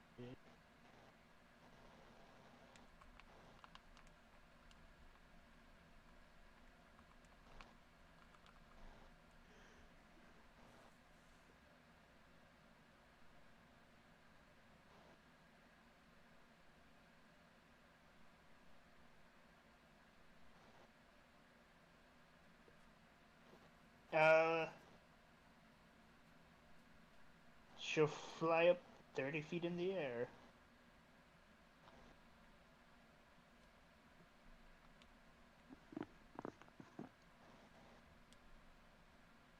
Okay. And end her turn. Right.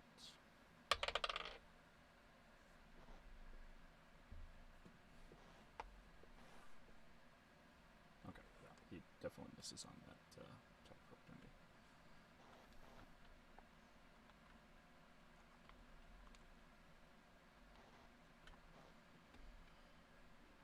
Alright. It is the Goliath's turn.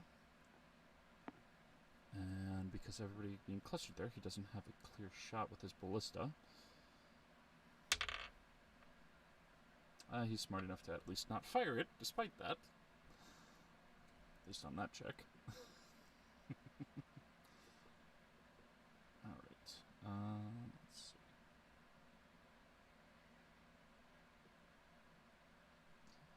He is going to ready an action to aim at it and fire.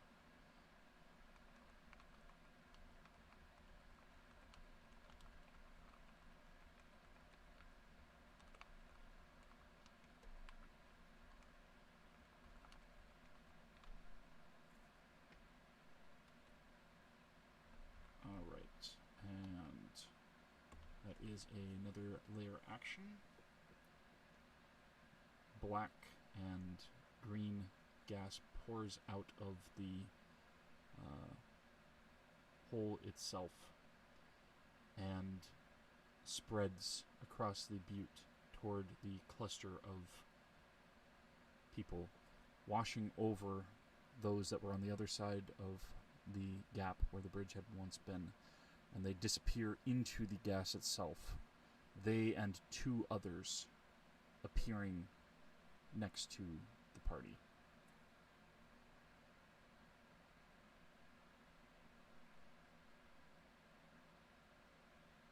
And that is the lair action. It is Linnell's turn next. Who doesn't fall down in the abyss? they melded into the gas, and that went across. No, I got that. I'm just the gas doesn't fall. Gas rises. Not all gas rises. No, but most do. But regardless, it's a part of the layer action. Gas. Alrighty. So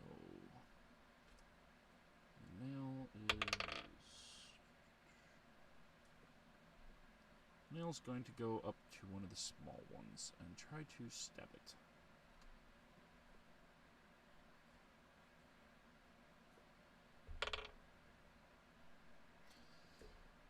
She misses. That was a nat 2 plus her modifier.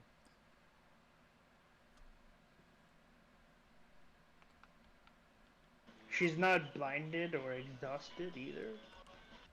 She hasn't started her turn near the thing.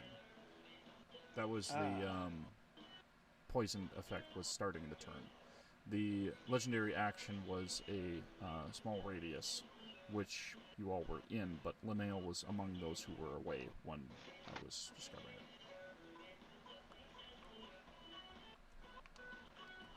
Alrighty. As much as I enjoyed this song, Oh, we can- my bad. yeah, mute that so you don't get a copyright strike. My bad.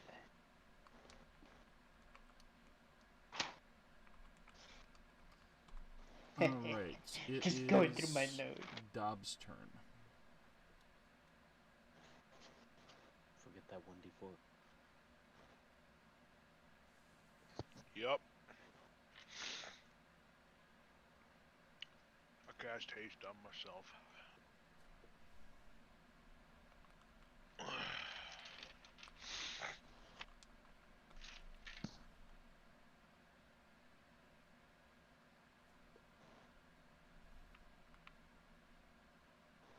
Okay. I'm going to attack.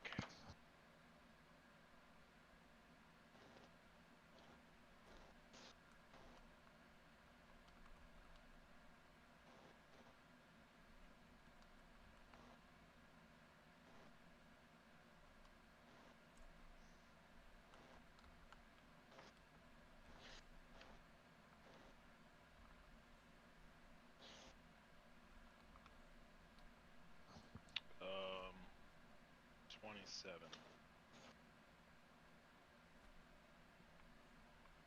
Okay. That hits. DC 20 dex save at disadvantage.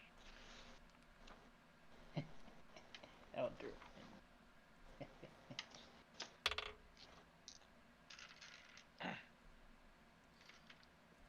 Which, you said it was Dex? At disadvantage. Right. It's going to use a legendary resistance and succeed.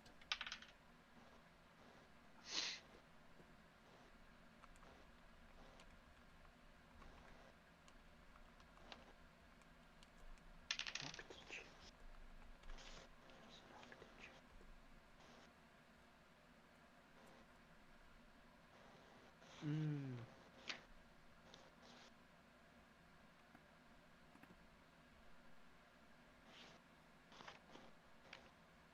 48 magical slashing, of which 9 is electrical damage.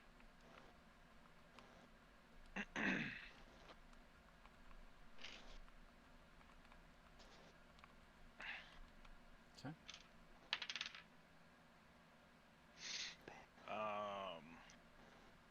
31. 31 hits.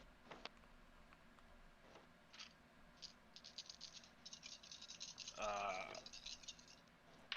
20 dex save, disadvantage.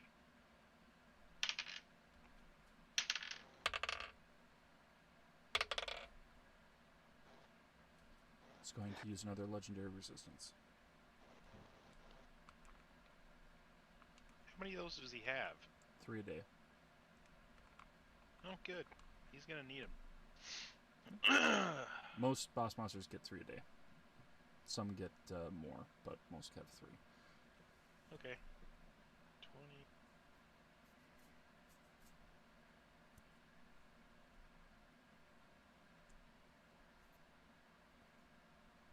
39. 7 of which is electrical.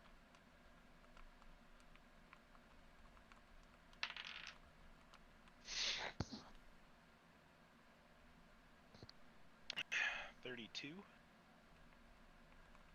Hits.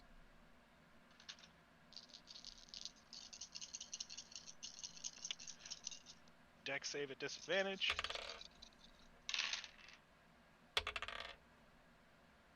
Using final legendary resistance. Okay.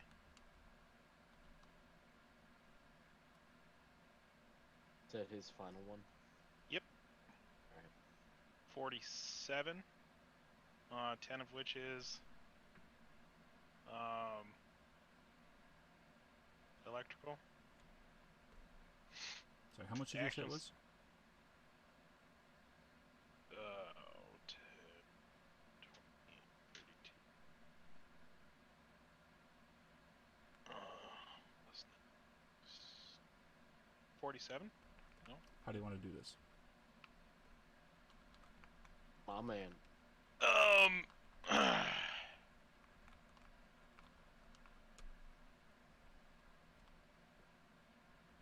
This guy's gross, though. Kick him Wait, off the you feud. want to say you did 1 less damage? I can finish him off from a distance for you. Oh no. Kick him. Because I Bam. still have an action surge. Just warning you, by the way, if this is who I think it is, you're gonna want to run away very quickly after you kill him. Well, I don't know that, do I? Our characters don't know that either. Well, the thing is like he's spewing like poisonous gas out of his body. What do you think is gonna happen if you cut him in half? Basic science. He stores gas on the inside. What happens if you open all the holes to that area at the same time? I don't know. Cross the neck. Okay. Alright. And as he is gurgling, there is the stench still continuing. Fluids burst forth. Everybody who's still within range needs to make a dex saving throw. Save, gotcha. Is this What's that poison range? again? That is 20 feet. Oh, bullshit. Is that poison or is that not poison? No, it is not poison. Okay. Just wanted to see if I get that advantage roll or not. Oh, hot It's damn. dexterity, so still gets advantage. Forgetting how to do math.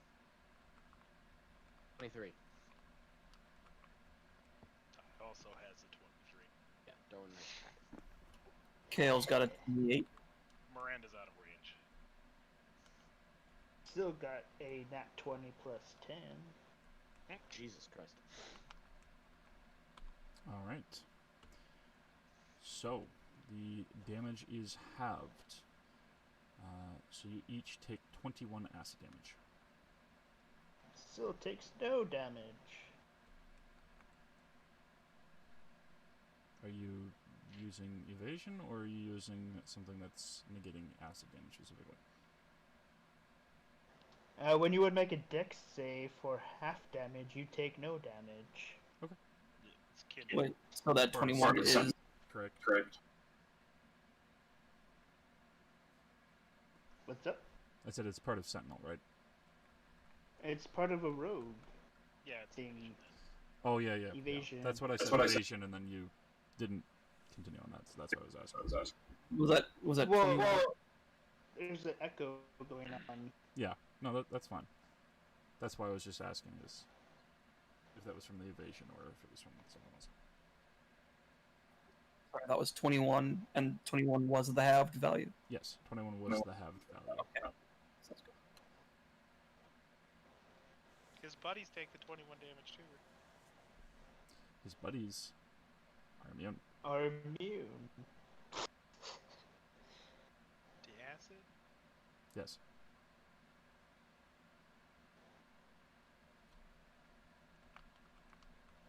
They don't despawn when you die? No, they do not. Sad. So the extra people that appeared with him are still here. Ah, man, if she was only level 14 rogue, she would have had. Okay blind then, sense. how far away from them are they from me? From Miranda or Dobbs? Dobbs. Within 10 feet, because you moved slightly when you cut him. Don't forget, you still got that 1d4 bless on Dobbs as well. Yep, So. I move up to the fatty. Action surge. Or wind.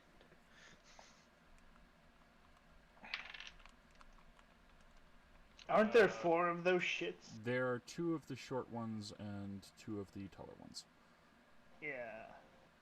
So just say 1 or 2, and I'll apply it to whichever one it is. I went to the original fatty. The original one. Okay, so number 1 then. 27 to hit. Hits? It needs to make a DC 20 dex save.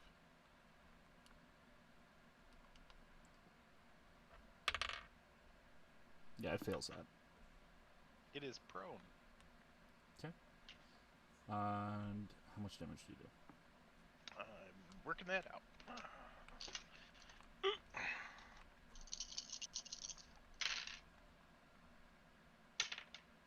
No, I don't want a 2 again.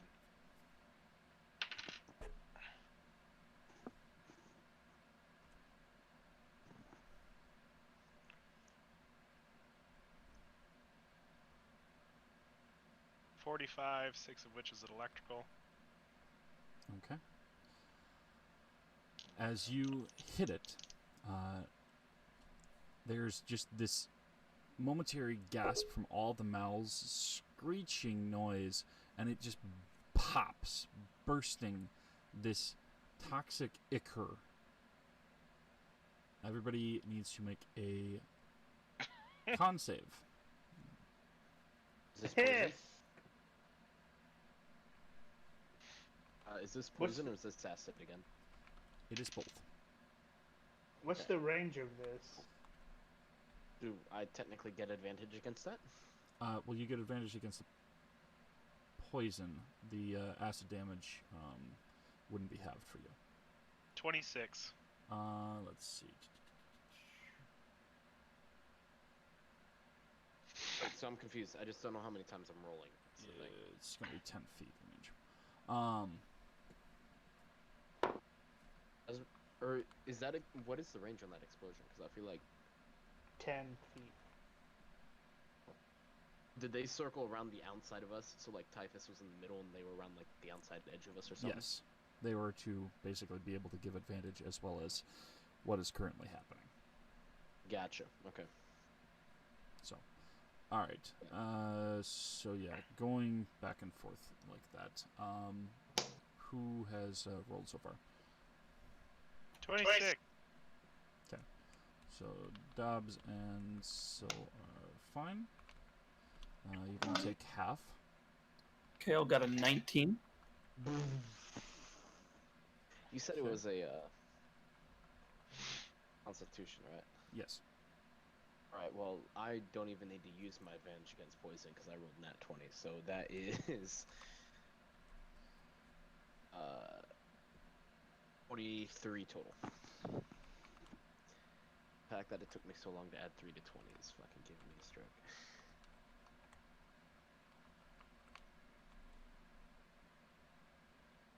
Okay. So, Kale, Darwin, Dobbs, and Sil take half. That is 6 poison and 2 acid damage. And not having the other effect.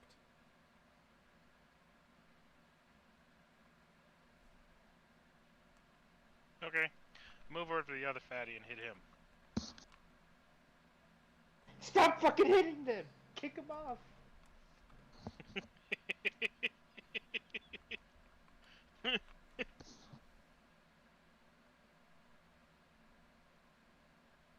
You're gonna still hit him? Yeah. Okay, just making sure. Alright, go ahead and make your attack. 22. Hits. It's only got a 9 AC.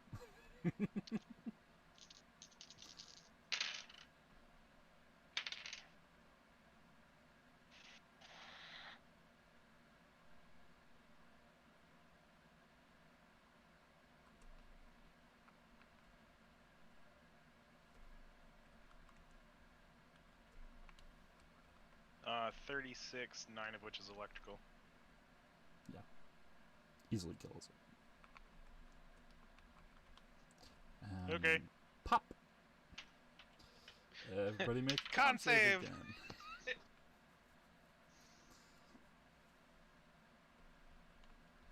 Let's do Well, it 26 again. for Zill.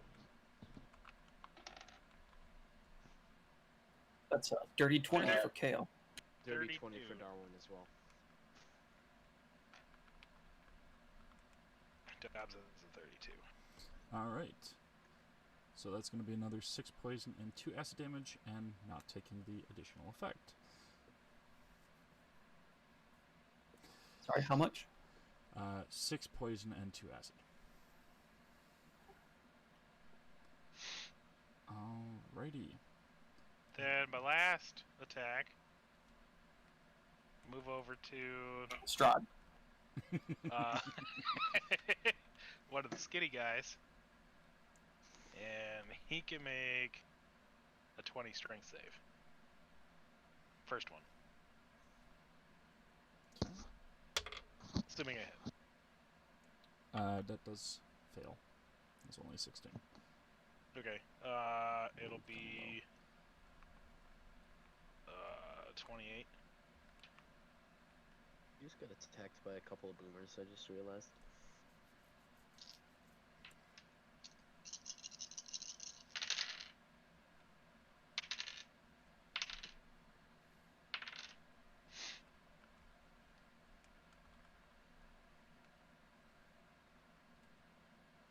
Oh shit, I forgot. So gets a +1 to her AC while in the shimmer.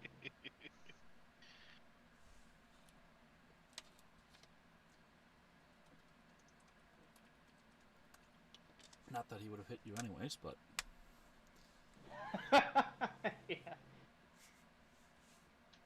good to know for the future. 44. 12 of which is electrical. And it is prone. And that'll end my turn. Alright.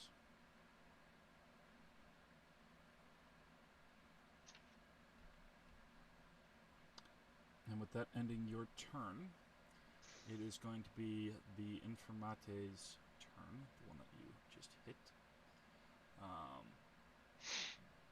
He is on the floor. Yes. You need to make a... actually, everybody needs to make a con save again. Nat As 20. its wounds ooze out this gas. Yeah, by the way, make sure you guys, Sil, Umbra, and Dobbs, and Yep, still adding Gil, plus. you get the Yep. 1d4 on the saving throw as It's well. going to be a bit. 26. 34? It said con save, right? Yes. 21. Jesus, I got a 21. I need these nat 20s to be on my attack rolls and not my saving throws. Alright. So only 3 poison damage.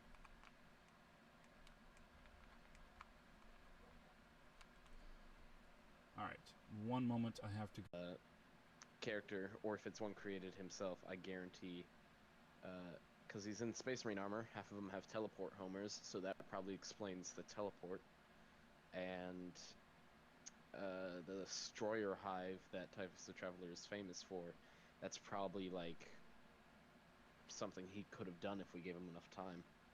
But he had these smaller gas clouds to start off with.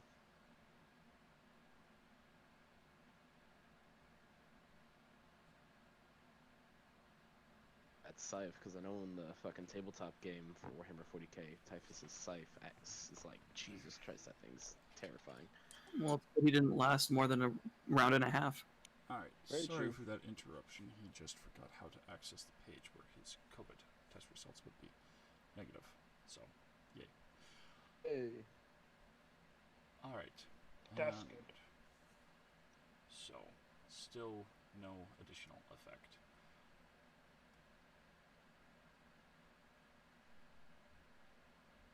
Alright. And...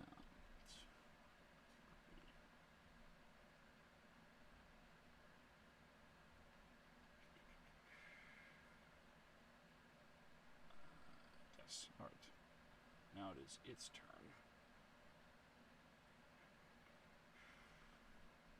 It is going to use its longsword to... let's just attack Dobbs, since they're the one who hit it.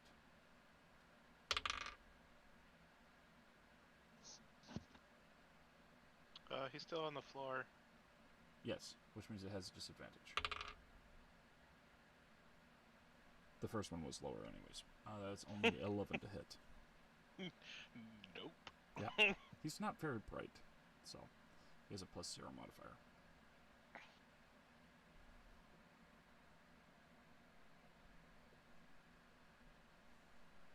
Average intelligence is actually an 8.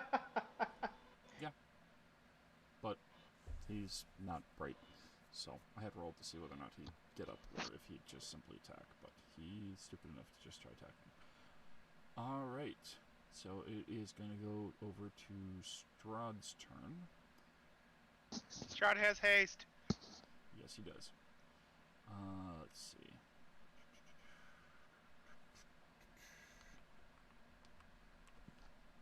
I was kind of hoping he was going to get like 2 of those big shots off before the dude died.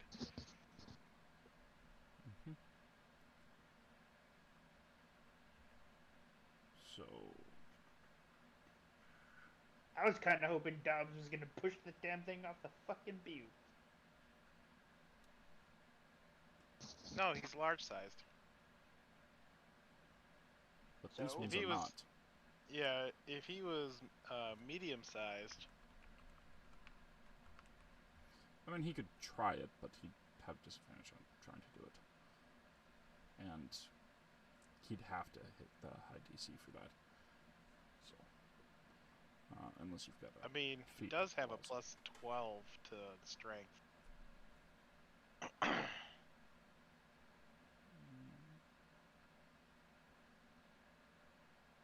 then his athletics is retarded. His athletics is +10. He doesn't have a +12 to That is strength. less than half of mine. Yeah, he only has a 13 in strength. That was his dump stat, Mm. which still went up, but he didn't increase it as much. Well, what's he need the strength for when he just gasses everything? Oh, you're talking... I was talking about Strahd. Oh, no.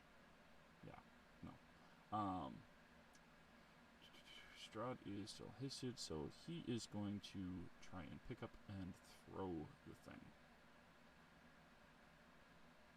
And... oops, that fell off the table. Yeet.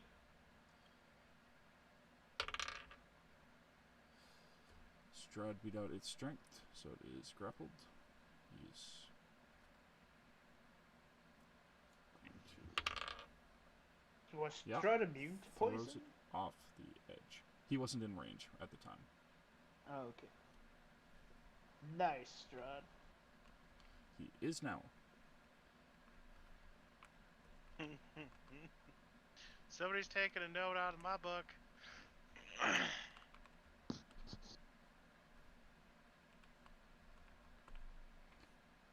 still has no idea what's going on though, because she's blind.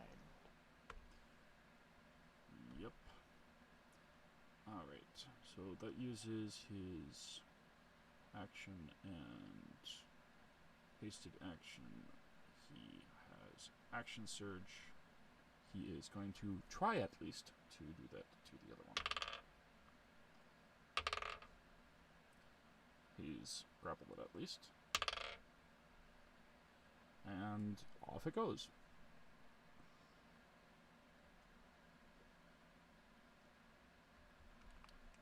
Anybody in favor of a short rest? One moment. Because the other one wasn't injured yet. I just got to roll to see if it dies from the impact or if it... Aren't we like 200 and some odd feet up? Yes. Which means that I have to roll 20. That's a couple of d6s. It's d10 every 10 feet.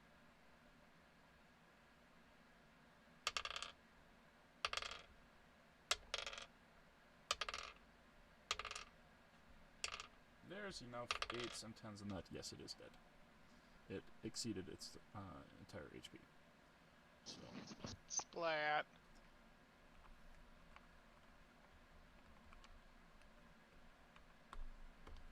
Alright. So the Infirmate are both dead. The corpse of Typhus, the Blighted, is still there. Dob stabs it in the heart and in the head. Or at least where he figures where the heart would be. Okay. One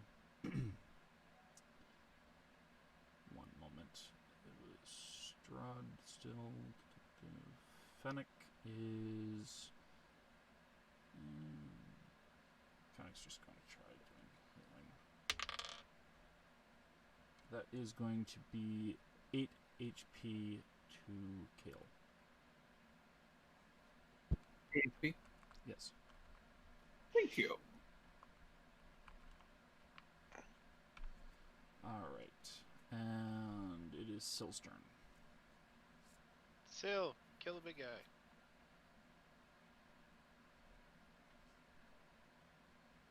Yeah, let me just stab the thing I can't see. It is prone. If it were alive, so you'd have advantage. It'd be... Over this way! Over this way! Warmer. I mean, you're within 5 feet. cold. You can use the help action. You're flanking. You've got advantage from that, which means it's just a straight roll. So she'll take out her Addy short sword and let's stab. Nat 20,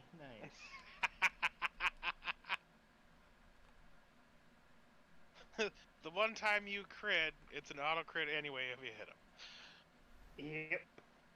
So he's doubly dead.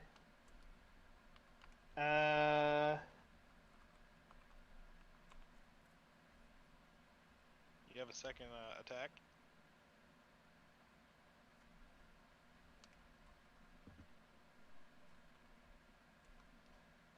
My sneak attack activates, so that's something.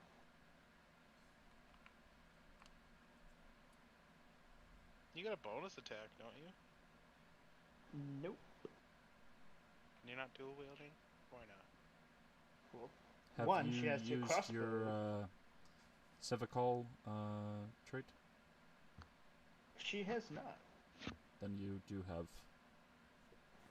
either 2 bonus actions, a short rest, or a full action, a long rest.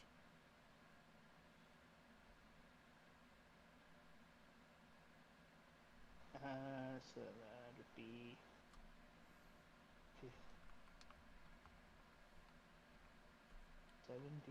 8d6, 16d6s.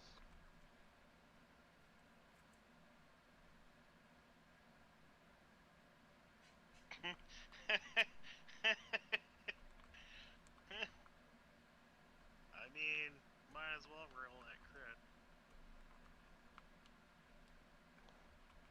So that's 71 piercing damage.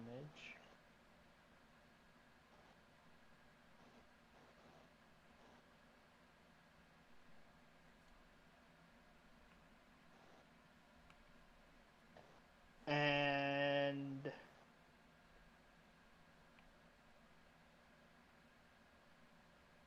bonus action to kick it with her hidden boot blade. Just making sure.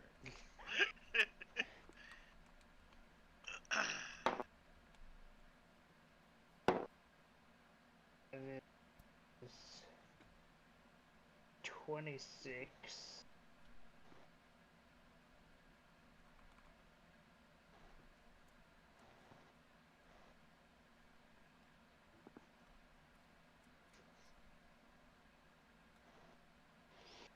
Okay. 4 damage. 11 damage. All right. And go ahead and make that con save. A dex save? Your con save. You Oh. still started your turn next turn.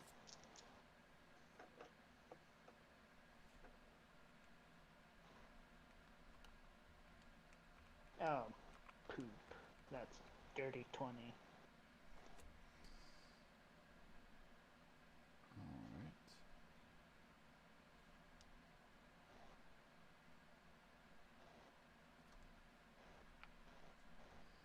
And 8 damage. 1 second.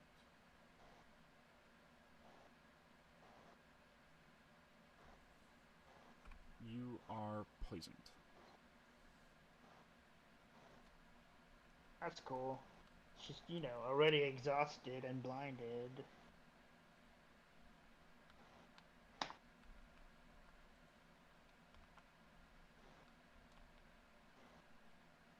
So are we out of combat now?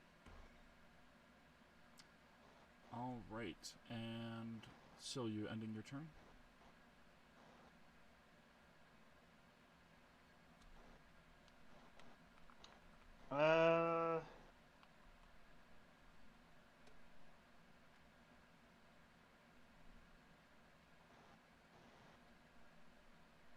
Yeah.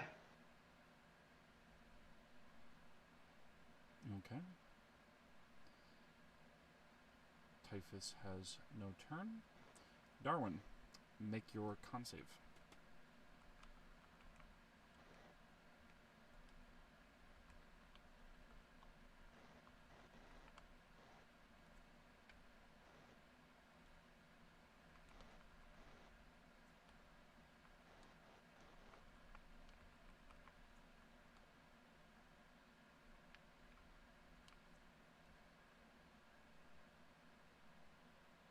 Darwin, you're muted.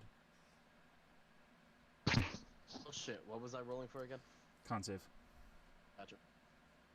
Poison? Yes. Alright, that is putting me at a 19. Okay, 1 moment. You are poisoned until the start of your next turn.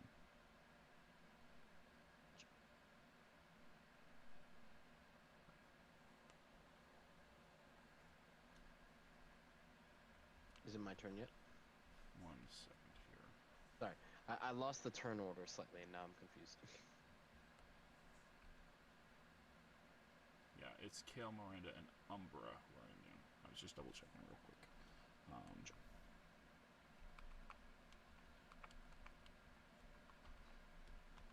Alright, so you are poisoned until next turn. It is your turn presently. Oh, so the poison ends. No, until your next turn. This is at the start of your turn. Oh, this happened at the start of my turn. Oh, okay. We already kill everything? What else are we facing if we're still in combat? He got Oh, fuck double off. tapped while he was down. No, this is... Hold on. Can I roll for history on this guy real quick? At disadvantage? Okay, I'll take it. I just want to see, because if this is who I think it is. Decent. Let's hope the other one isn't worse. Okay. That leaves...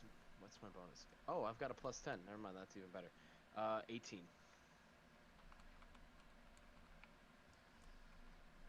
Ah, the DC was 25. Oh, that'd be fucked. Because I know this guy from Warhammer 40k is the thing. I don't know if there's like something else with D&D that just so happens to have the same name. Because typhus is a disease in real life and stuff. So I mean, I don't know if that's like a common thing for people of blights to be named typhus, but no, Typhus the Traveler from Warhammer 40k, so.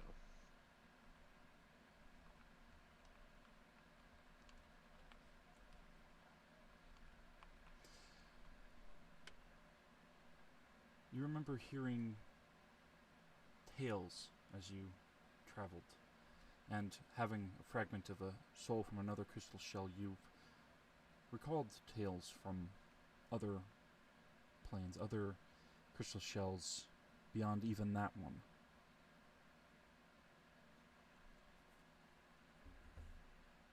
It is said that Typhus worshipped the ruinous powers long before the Chaos Legions rebelled against their emperor, and kept his alliance secret for decades.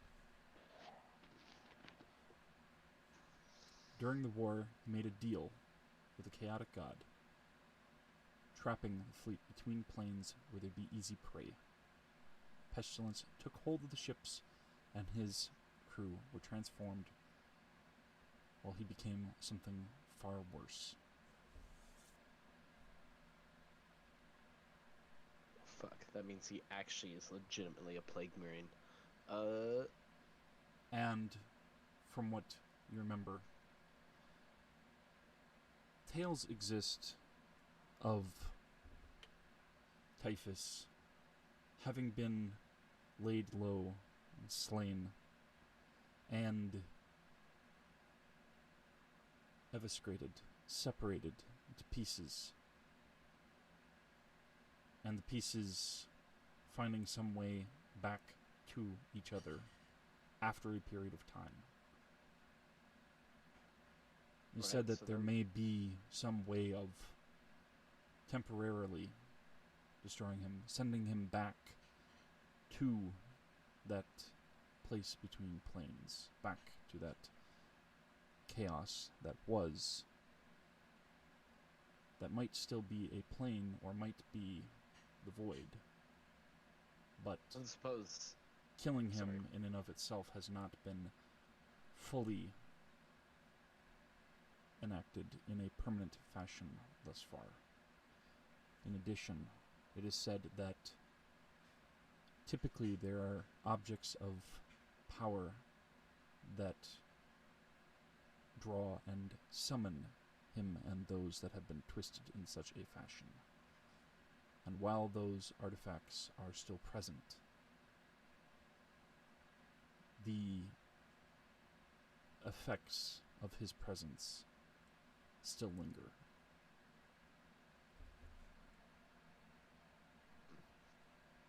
So I'm guessing the solution is not a 7th level scorching ray on his body. Banish. Yeah, which I do not have.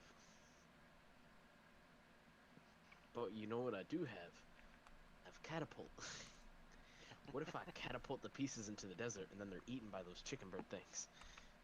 Well, from tales that you've heard, pieces have been separated, even attempted to be destroyed, and it seems to have just sent him back to whence he came, not permanently destroyed him.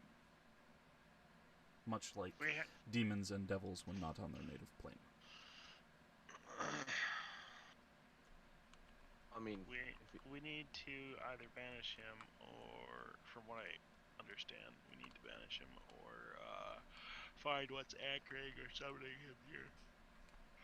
It's probably destroy Strahd. that. Probably evil Strahd. More evil Strahd. defending the place. It's got to be. So if we take him out, there's a good chance he's gonna stop. Darwin's gonna kind of pass along this information of that he knows this guy and everything about that, and that there's a good chance of him being brought here by something. Dobbs asked Strahd if he can banish him.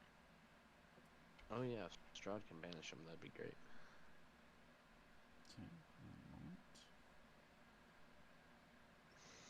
Strahd has quite a few spells, I just don't have them all memorized, but I have it pulled up. If Strahd not, does the not best I have can. Hmm? Strahd does not have that. Fuck. Doesn't mean Does that he anyone can't else have pick it Vanish? up as a result of encountering something like this, but he has not thus far picked it up. Does anyone else have Vanish? Not the NPCs, or the players who aren't present. Shit. Well, I mean, what we can see is it look like his body's like trying to stitch itself back together, or It doesn't appear to be doing so right now, at least. From what you've heard, separating the parts, it took time. And that there was ways of destroying the body, it just wouldn't permanently get rid of it. Alright, so what if we just made it so he couldn't move by, say, digging a pretty good hole and just dropping the body in there? Well, I mean, How about there is someone in the party that does know it, but doesn't know that she knows it. Ooh. Do we have like a bag of holding? We could like put half the pieces in, and then they wouldn't reconstitute. I don't know. What if we just put the entire thing in the bag of holding? I'd say cut the head and the arms off, throw that in the bag of holding, then kick the body over the side. Burn the body. Burn the body dash. That'd take it much more longer. Because that's the thing, is it says it's like, if the body is reduced to nothing, he just reconstitutes somewhere else. So if we leave parts of him still intact, but then we burn the largest chunks, he'll reconstitute slower, but he'll still reconstitute where we know where he is. That's assuming eliminating evil Strahd doesn't like cause him to also vanish. Because I don't know, I have a feel like he was either summoned or built by evil Strahd, considering the fact he's defending the area. So, while you are discussing things, I will say that time is passing. Dobbs because gets of up and cuts this off one, his yeah. head. His own head? Wow. No, the Tyler's head. Okay. So, Dobbs will have to make a con save due to starting turn there. Kale whatever. and Miranda and Umbra are immune, so they don't have to worry about that. Strahd will also need to make one. Strahd passes. That's a nat 20 plus his modifier. Is still unblinded? No. Poop.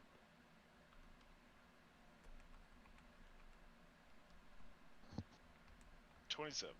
Okay. Dobbs passes and is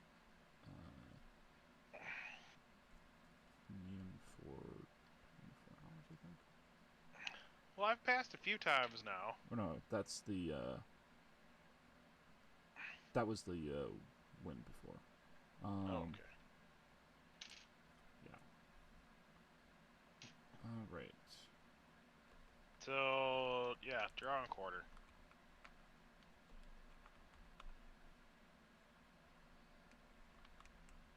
And then you get a piece. Throws a piece at Umbra. And you get a piece. Umbra's Throws a piece flying. at Syl. In her general direction. Make a attack roll to see if you can throw it far enough. Umbra's blind! 26. I thought it was Syl that was blind, not Umbra. Remember?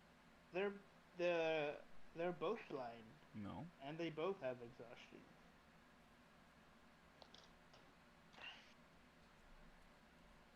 $26.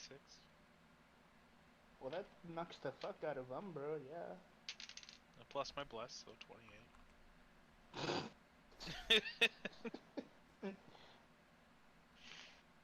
she doesn't know what's being thrown at her, so she's not gonna catch it.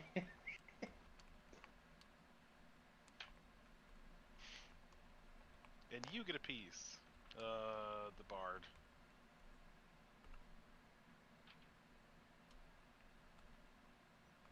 Which bard? Meryl's bard. No. You have Sorry. What? You have Typhus's head. Why? I've drawn and quartered them. But I don't have a bag of holding. I don't care. Sounds like a personal problem. Okay.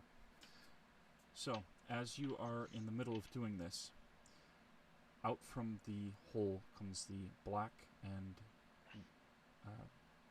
brown and green gas once more. And Hold of what? after a short bit of crossing between the two buttes, it swirls, and there is another one of the squat fellow and the tall fellow. Coming from the hole. Get to the hole. Yeah, why don't you cross the burning, trapped bridge? There is no bridge anymore. Screw you. I've got dimension door. Why don't you dimension doors head the fuck away from you? Miranda goes and checks out the hole.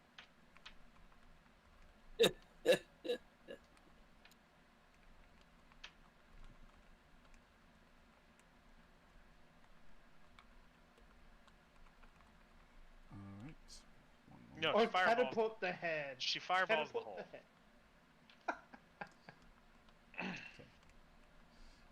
Go ahead and make a perception check before you do that, since you're flying over. 21. There is something that is within the hole, a glint of metal. You can smell something very potent. Smells like a swamp and smells like other fetid things, but go ahead and make a intelligence check.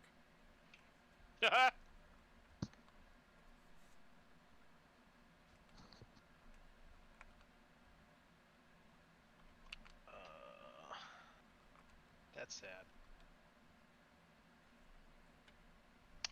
18. Having traveled enough and having smelled that sort of thing before, and having been around Archmage Lewis's alchemy labs and other assorted things, you're pretty sure that's methane. Among other things that is wafting out of there. Wait.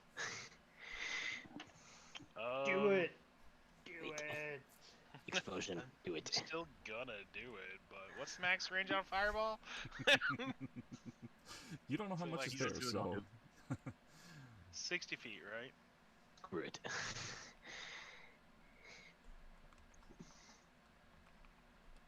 Just catapult a flaming arrow through the air. There you go. Because that's got a range of 90. Alright. So, it fails its dex save, since there isn't any. No. 120 feet, at kind of an angle out, firebolt. Just get some fire in there. Okay.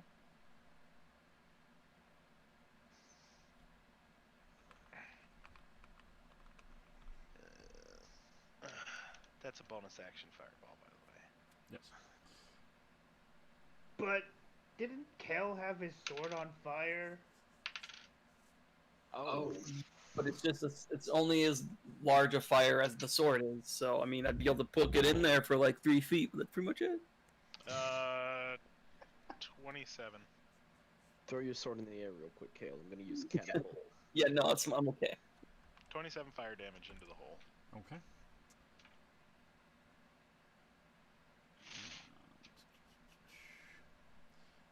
You see a metal post with a rod crossing it. Some kind of fabric that catches a light as it shoots up out of the hole, far into the sky as the blast echoes and reverberates through the buttes and the cliffs between them.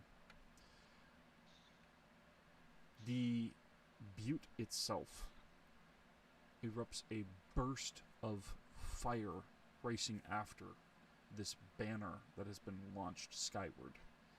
And there is a sound like rolling thunder as the butte itself starts to expand and then explodes outward.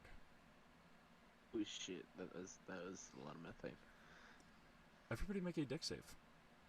I don't suppose this is poison. Do I have to be, since I'm 120 feet away, do I have to make that deck save? Yes.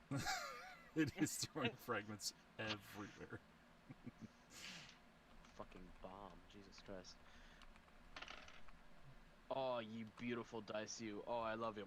Oh, 26. Nat 20 up in this bitch. That's right. Hoorah, hoorah, hoorah. Oh, gold, motherfucker. Hang on. I need to do math. Hang on. 33. Dodd says a Jesus. 25. 19 plus 14. Is that how your dex is? My dex is plus 5, and I get plus 3 dex from my intelligence as well. Miranda's a 22. Okay. Bro is at a 19, and Syl is at a 29.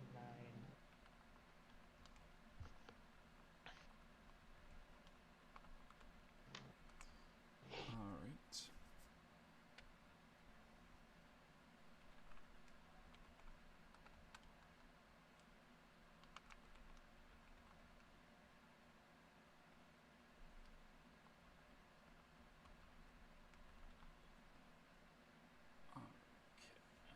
I just gotta quickly roll it for the NPCs and the two horrors that are still near everybody.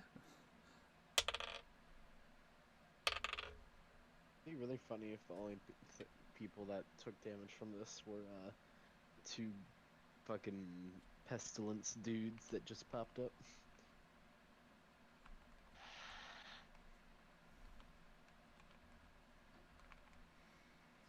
Alright.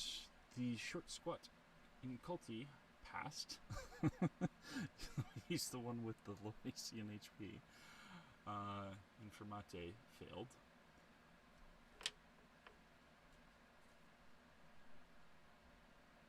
Strahd failed. Yikes. He had a 2 plus his modifier.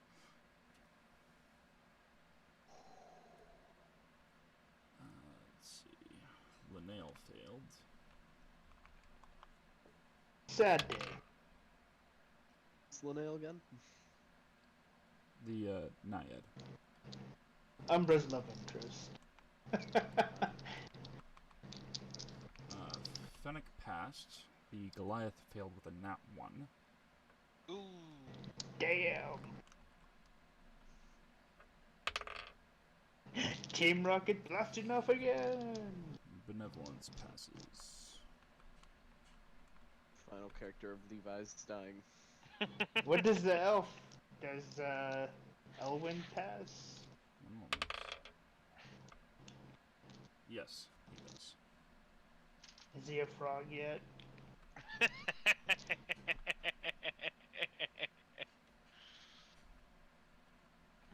That's a good point. Should probably be a frog by now. No, he Depends only on how loses much. a hit point a day. Oh yeah, sure. And you guys have been healing him, so he hasn't just died for long enough to happen without that. Alright, Sure. so... Impromptu dice roll for how much damage that's going to do. Well, I already know how much dice to roll. It's just on terms of Takes what it. the result is.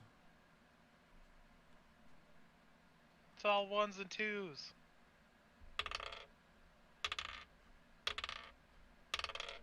I don't like how many dice I hear him rolling. And here I As thought long I was as they're gonna be not higher than D10s, I'm okay. And here I thought I was safer doing a firebolt over a fireball. Okay, so those that failed take 67 bludgeoning damage. Failed. What was the DC? Those that pass take half that. It is DC 22. Okay. How much damage that is half? That would be 33. Damn. Right, well I'm at half health. Would Umbra get knocked out of the sky? You're definitely going to get hit. I'm going to say make a Constitution saving throw on whether or not getting hit is hard enough to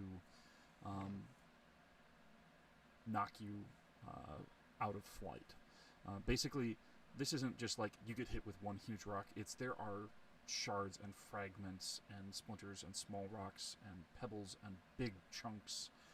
It's everywhere. That's why even at the range that people were away from it, is like nobody was getting away from that without getting at least, having to make the save on that. 22. And that does also include those in the house, because that is far away, but they do have cover, so it might not do as much damage. Well, at least it's So. not exclusively screwing us. No, we just lost our land bridge.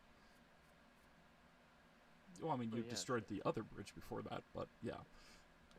Well, that was where Dobbs was gonna hop over with his jump spell with holding on to the rope and be like, ha ha! Yeah. Let's get over here, bitches. So, Umbra is not knocked out of the sky. Miranda, do you want to just have been knocked out or roll as well? No, I rolled, I passed. Okay, I just didn't catch that amongst the laughing and such.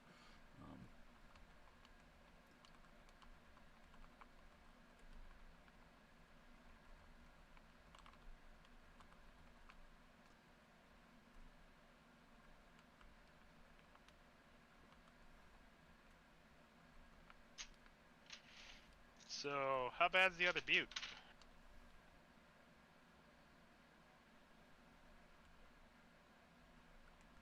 Yeah.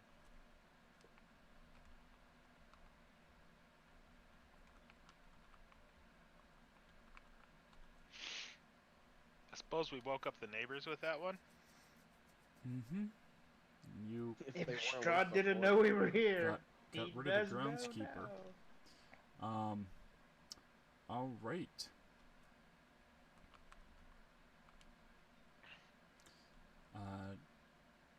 There doesn't seem to be any movement from the observatory, though there is sound of stuff that has impacted down on it.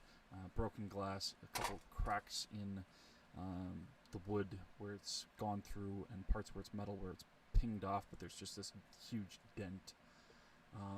The fact that it is partially blocked by part of the butte that it's on going higher up than it does provide some cover, but it's still rained with enough stuff that it's like you can hear there's creatures and people inside that are definitely hurt and pissed. And everybody who is still near Typhus, make another con save. If you have not already become immune for 24 hours, as the stench is still there. What was that? Last bit of that. So did the two minions die? One of them died. The other one actually... Right now. With the damage, yeah, he even though he passed, he'd still die. So that would be him exploding. Is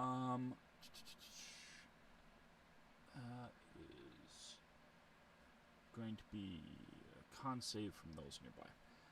Actually, the stench everybody would have passed because they're immune.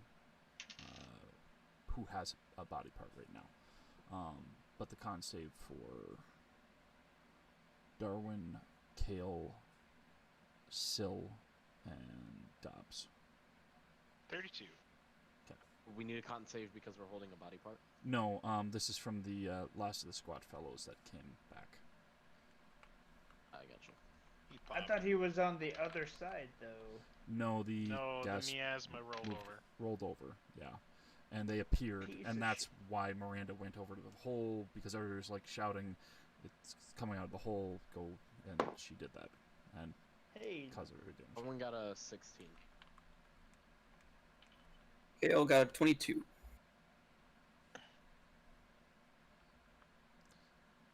Bill Alright. is at a 23. Who was it that got the 16? Darwin. Okay, that's what I thought.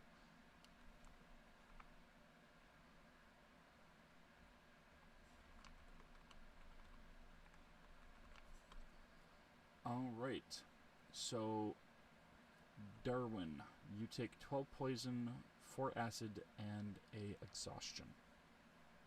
Gotcha. Is the poison halved due to resistance? It is, but the Gotcha, so there's acid not a and six. the exhaustion would not. Everybody else, you take 6 poison and 2 acid.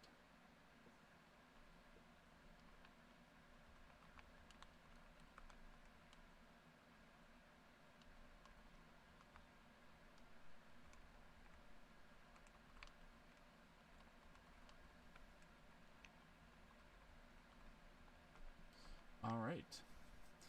And the butte that you are on is definitely cracked in a lot of different places. There is a creaking of the stone, but it at least for now doesn't seem like it is crumbling apart, as nobody is yet moving after all of that and getting pelted since you stopped being pelted at least.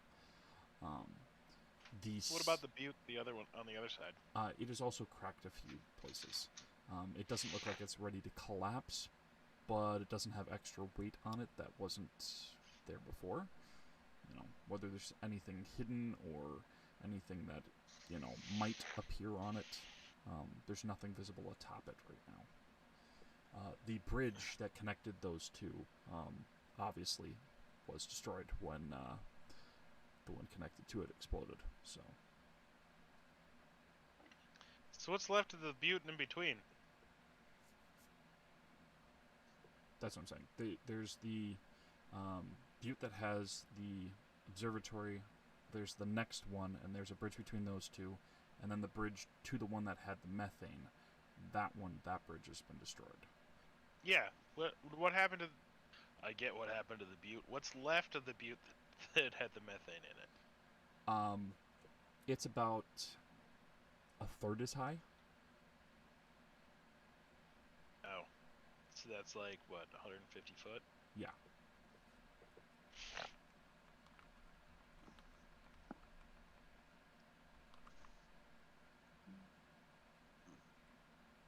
So I'd we're say out about of combat 120. now. How? Yeah, you are out of combat now. However, that stench is still not going away at present. So everybody else is more or less staying away from those who have it because it reeks, and from how it has affected people, you probably think that that might be a good idea, at least until they're dealt with. You know what? So, typically speaking, the release of smell is caused by a reaction of some kind, which requires heat. If I use Ray of Frost on the pieces, that should freeze anything that's potentially making a reaction. Same reason why frozen expired meat doesn't usually smell until you take it out of the freezer. Let it thaw a bit, then it starts to smell. Okay. So are you deciding to try to freeze part of it? Yeah, because I've got the head, and I'll just kind of use Ray of Frost to see if that freezes it. And if the stench stops coming from that, then we'll probably end up doing the same thing with all the rest. Okay. So, since we are not in combat, I will let you know, yes, that indeed does work for what you're attempting.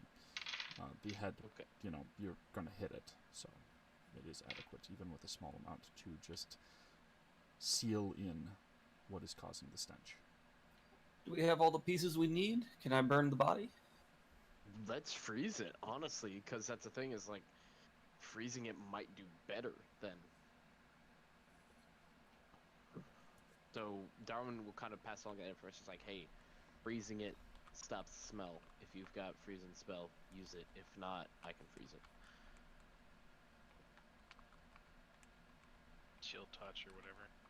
Yeah, chill touch, freeze, anything that's cold enough to freeze it. Or frost. Frostbolt, something.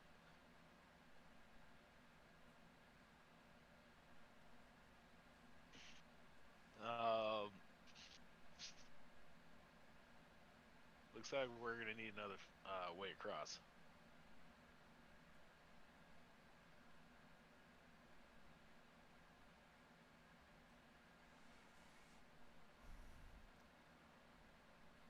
It certainly appears that way.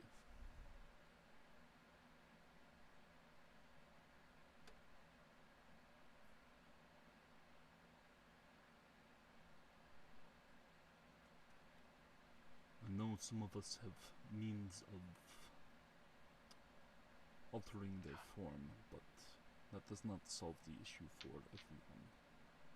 How far does your dimension door go? Dimension door is a person one-way trip. Or gate? Dimension door is 500 feet range. Yeah, dimension door is 500 feet, but I can only take me and one other person, and it's a one-way trip, and I have to cast a spell again to come back. What's the gate thing we used before? It can't be on the same plane. I think he's referring to what Riordan... Oh, arcane gate. Yeah, Riordan isn't that with. would... Yeah, Riordan's not with you. What are the odds that Strahd has arcane gate? He does not. I will let you know that. However, there might be the possibility that he could have some spells different if there is a long rest. While we're standing around... Polymorph. But he doesn't have... Darwin's gonna get people healed up. He's gonna start off a good old handy-dandy 5th level Mass Cure Wounds. And he's gonna use bonus action to use the Invocation of Vitality to add an extra 2d6 to it. So, the 6 people he will be healing, I'm gonna write this down so I don't forget. Knobs for certain.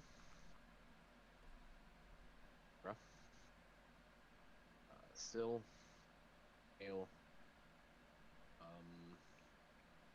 Miranda's probably not in range, so I won't be able to hit her with that. Probably not gonna be able to help good old Strahd. Anakin Benevolence got hit by that, right? Yeah, everybody did.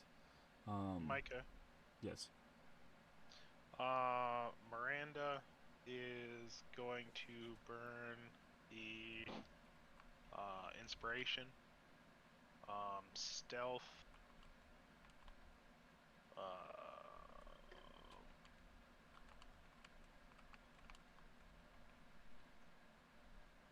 39. Just gonna start rolling dice for the health back, by the way.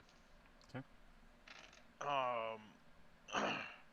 And she used Pass Without a Trace. It's at will for her, so actually that boosts it up 10. So 25.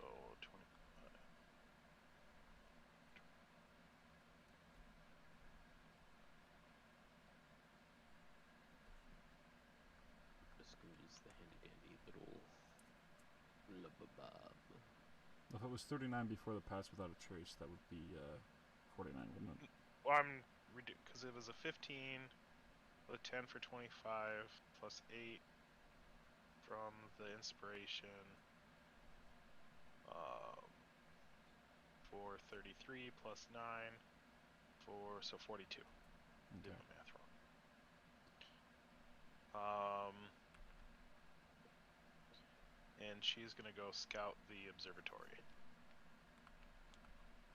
30 health back to the 6 names that I put in the, what's it called? Okay.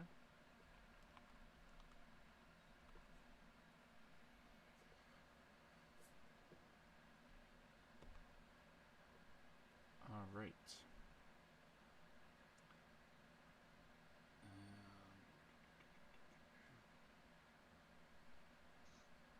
I just thought of Goofy at Chell. I'll do it again.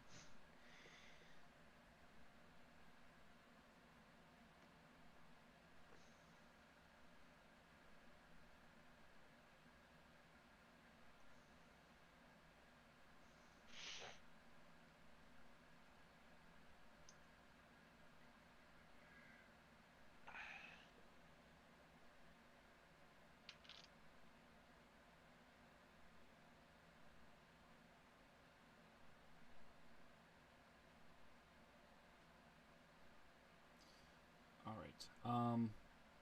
How close are you trying to get? She'll use invisibility and be pretty bold about it. Okay, but like, I mean, are you trying to actually go into it, or are you just trying to watch it from outside of it? You know. Exterior first. Okay. Go ahead and make a perception check.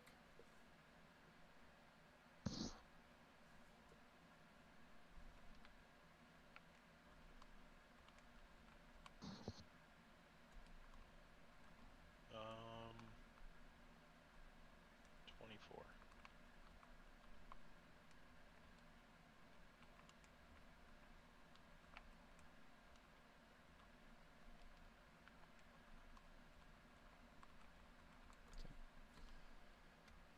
All right.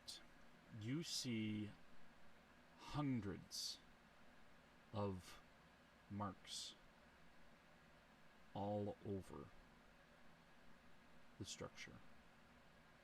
Glyphs and sigils on the doors, the windows. Through holes in the building, you can see them in the corridors. You can see them on some of the tiling of the roof.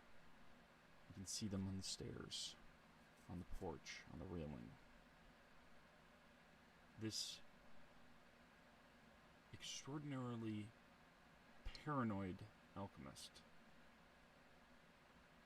seems to have either spent a great deal of time with individual unique markings to potentially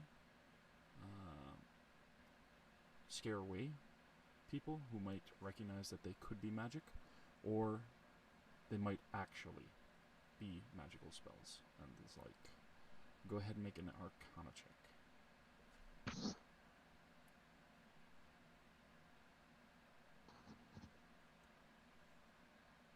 Nat 20, no modifier. Okay. From looking at how thorough this is, and seeing, feeling the magic, you would wager that the spell Guards and Wards has been cast upon the observatory. The spell guards and wards. Guards and Wards. It is a 6th level spell. From your knowledge, it is able to be permanently created by casting the spell there every day for 1 year. Is it able to be counterspelled? Counterspell would be for an active spell. You would be able to use Dispel Magic on an individual effect when encountering them. It wouldn't remove the entire spell. So dispel magic wouldn't remove. it would temporarily dull the effect, but as it has been done permanently, it would come back.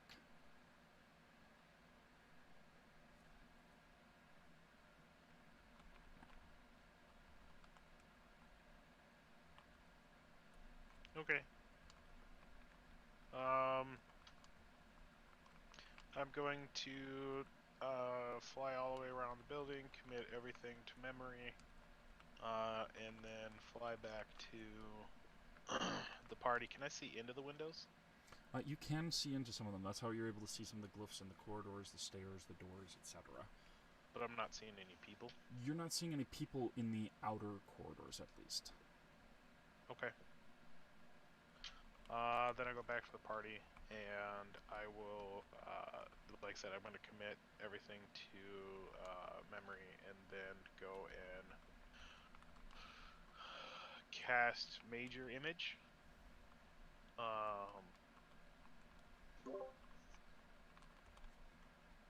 Around everybody, showing them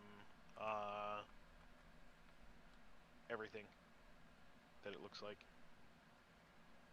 Okay.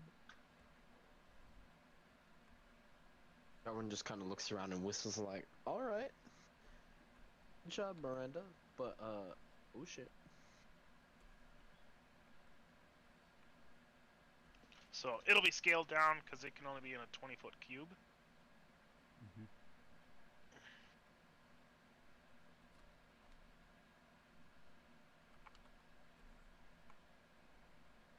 And we'll get 10 minutes to go over it.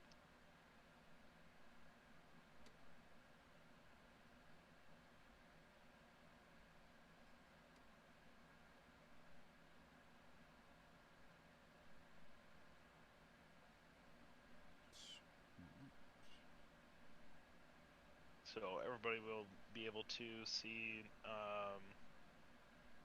all the glyphs and wards, how the outer entry looks through the windows, how the outer layout of the observatory looks, and I will convey that it looks like the spell guards and wards has been enacted permanently.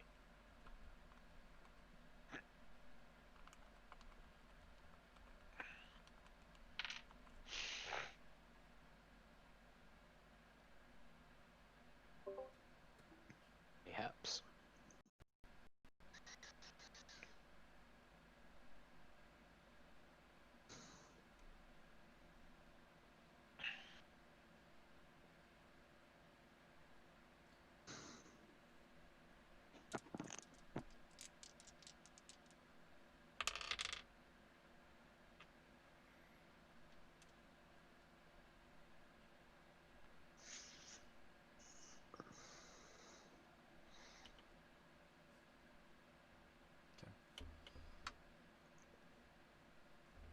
So, as you are in the middle of discussing this, Strahd narrows his eyes just a little bit. Just seems to be talking to himself softly for a moment.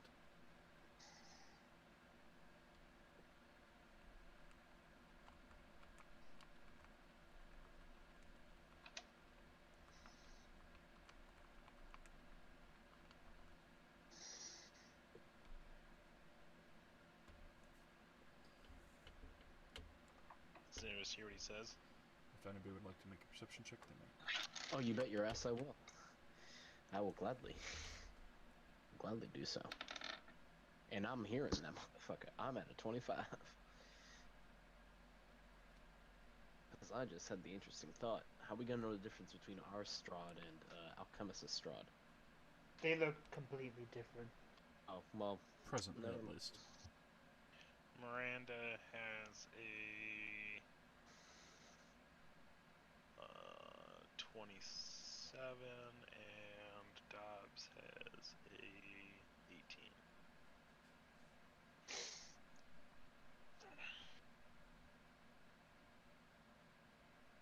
still is using her passive 24 perception.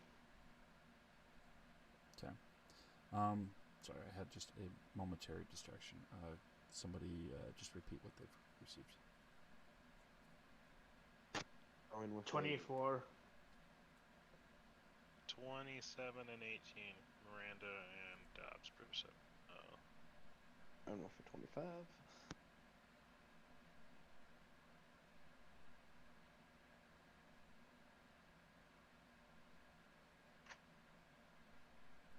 Okay. Miranda was the only one to hear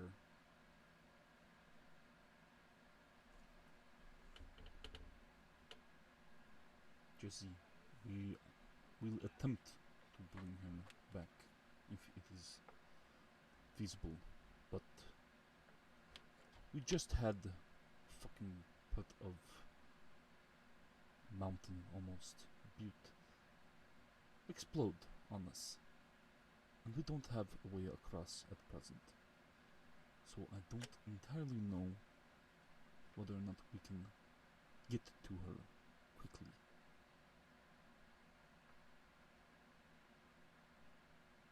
The very least, if she doesn't make it, we'll make sure that the sword isn't put to ill use.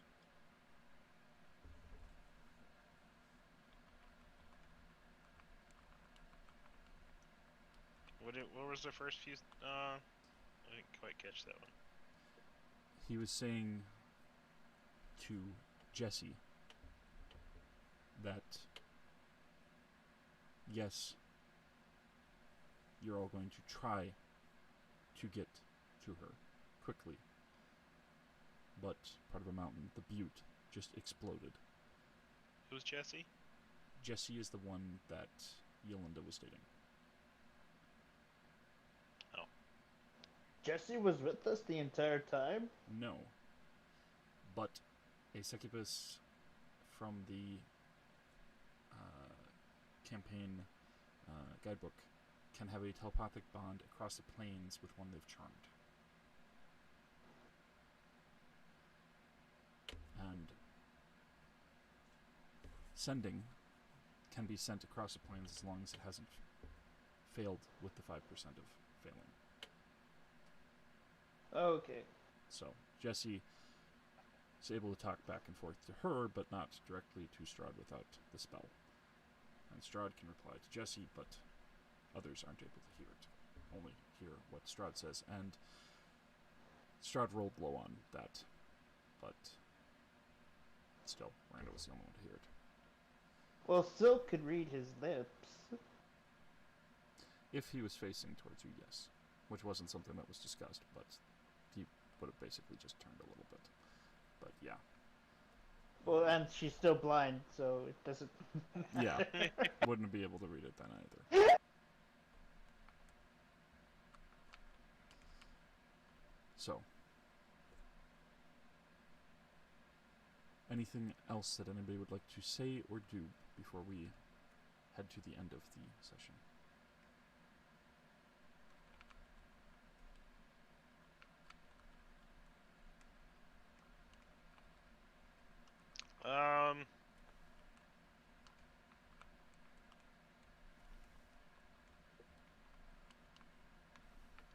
We need to take stock on supplies. Who has ropes, pittons? Anybody who has an adventurer pack and just didn't realize that they might have something if they've got their pack still.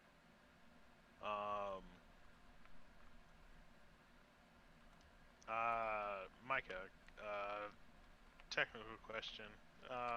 What is the standing long jump? How is that figured? One second here. I had it pulled up before, and I had pasted it. I think I put it into here. Let's see.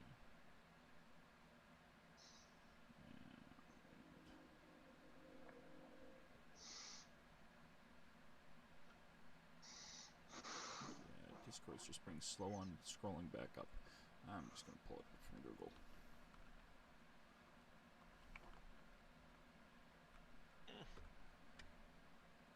There it is. And that is the jump calculator. So you can plug in different information.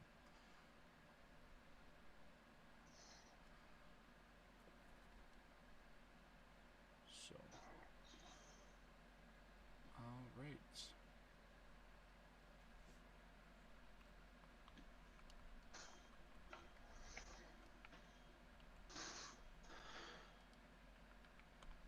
So, Dobbs can still climb down. We can still climb down. Dobbs can still cast jump and get across to the other butte and tie off the rope. So we can still navigate between the buttes. It'll just be a little bit slower going and trickier, but we don't necessarily have to go all the way down, all the way across, and all the way back up. How far across the butte is the? How far away is the other butte? It's 35 feet. Oh, And he can jump. 35 to where the one that just exploded started. Yeah, But it's now 100 feet down. It's right, 120 so we have- feet down. yeah, we have to climb down, and then he can jump from one side to the other. Right. I just making sure because of how you're phrasing it. It sounded like you were going to go down and then go back No. up and make a rope for them to cross. I'm like, that's still a fall if they fail. No. So everybody I'm go gonna- down. Yeah. Then you jump across, make a rope. Everybody get across, take the rope, put it on the other Yeah. side. Yeah. So still have to go down, just not all the way to the ground.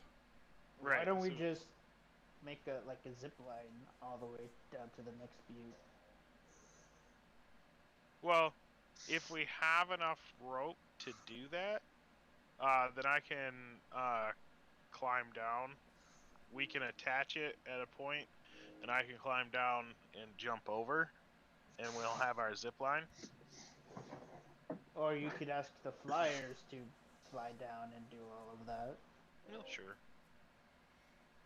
Save you a spell slot.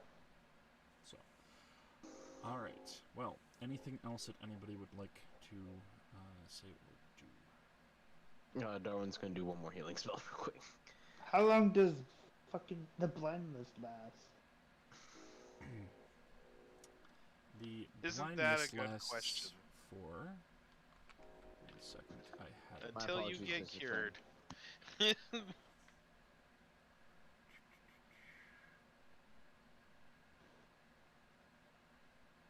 2 hours. It's Well, 1d4 hours, okay. and it was a 2. Well, my two blind characters are just gonna chill around until their blindness is cured. So yeah, short rest right now at least. Yeah. Take stock of what we got and get a plan to cross. sounds good. Yep. Darwin's doing another 5th level mass cure wounds. He's also using a sorcery point to make it empowered so he can reroll, and he's using another evocation light. Or invocation. But you don't need to do that if you're gonna take a short rest. Oh yeah, true. Yep. Point. How good this performance is. It's art. Goddamn 35. I could only get one higher, and that's if I rolled a nat 20. It's not bad. Drumsticks of accompaniment. Some Brum, brum, brum, brum. the drumsticks accompany act as a whole drum set. Oh, look at that. You start It's with the- just a little bit, and then you round it out, and then you do the cowbell, and you the xylophone, and everything else. Exactly. But he's gonna be playing his horn for instrument, so it's gonna be kind of like something relaxing, like jazz or something like that. What kind of horn is it? It's a horn. Never really specified, so I don't know. So it's probably like like one of those horn from like a ram horns. Yes, it would be. No, because So it's sounds more like on board than jazz. Yeah. oh no, that's what I was. Saxophone one. Actually, I'd probably end up playing Hip Monk Shuffle.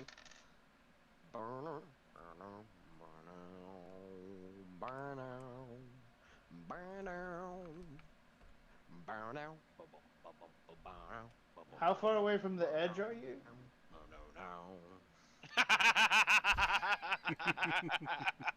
Hey, wait a second. I'm giving you extra health. Cut that out right now. So, You're blind. He's far enough away from the edge for you to miss and fall. Umber flies though, so it depends on which one he's going for. It won't fall at least. It's the worst game of pin the tail on the roof that could be. Alright, so with everybody taking their short rest, we will end the session off for the night. We can have a little discussion and such afterward as we get off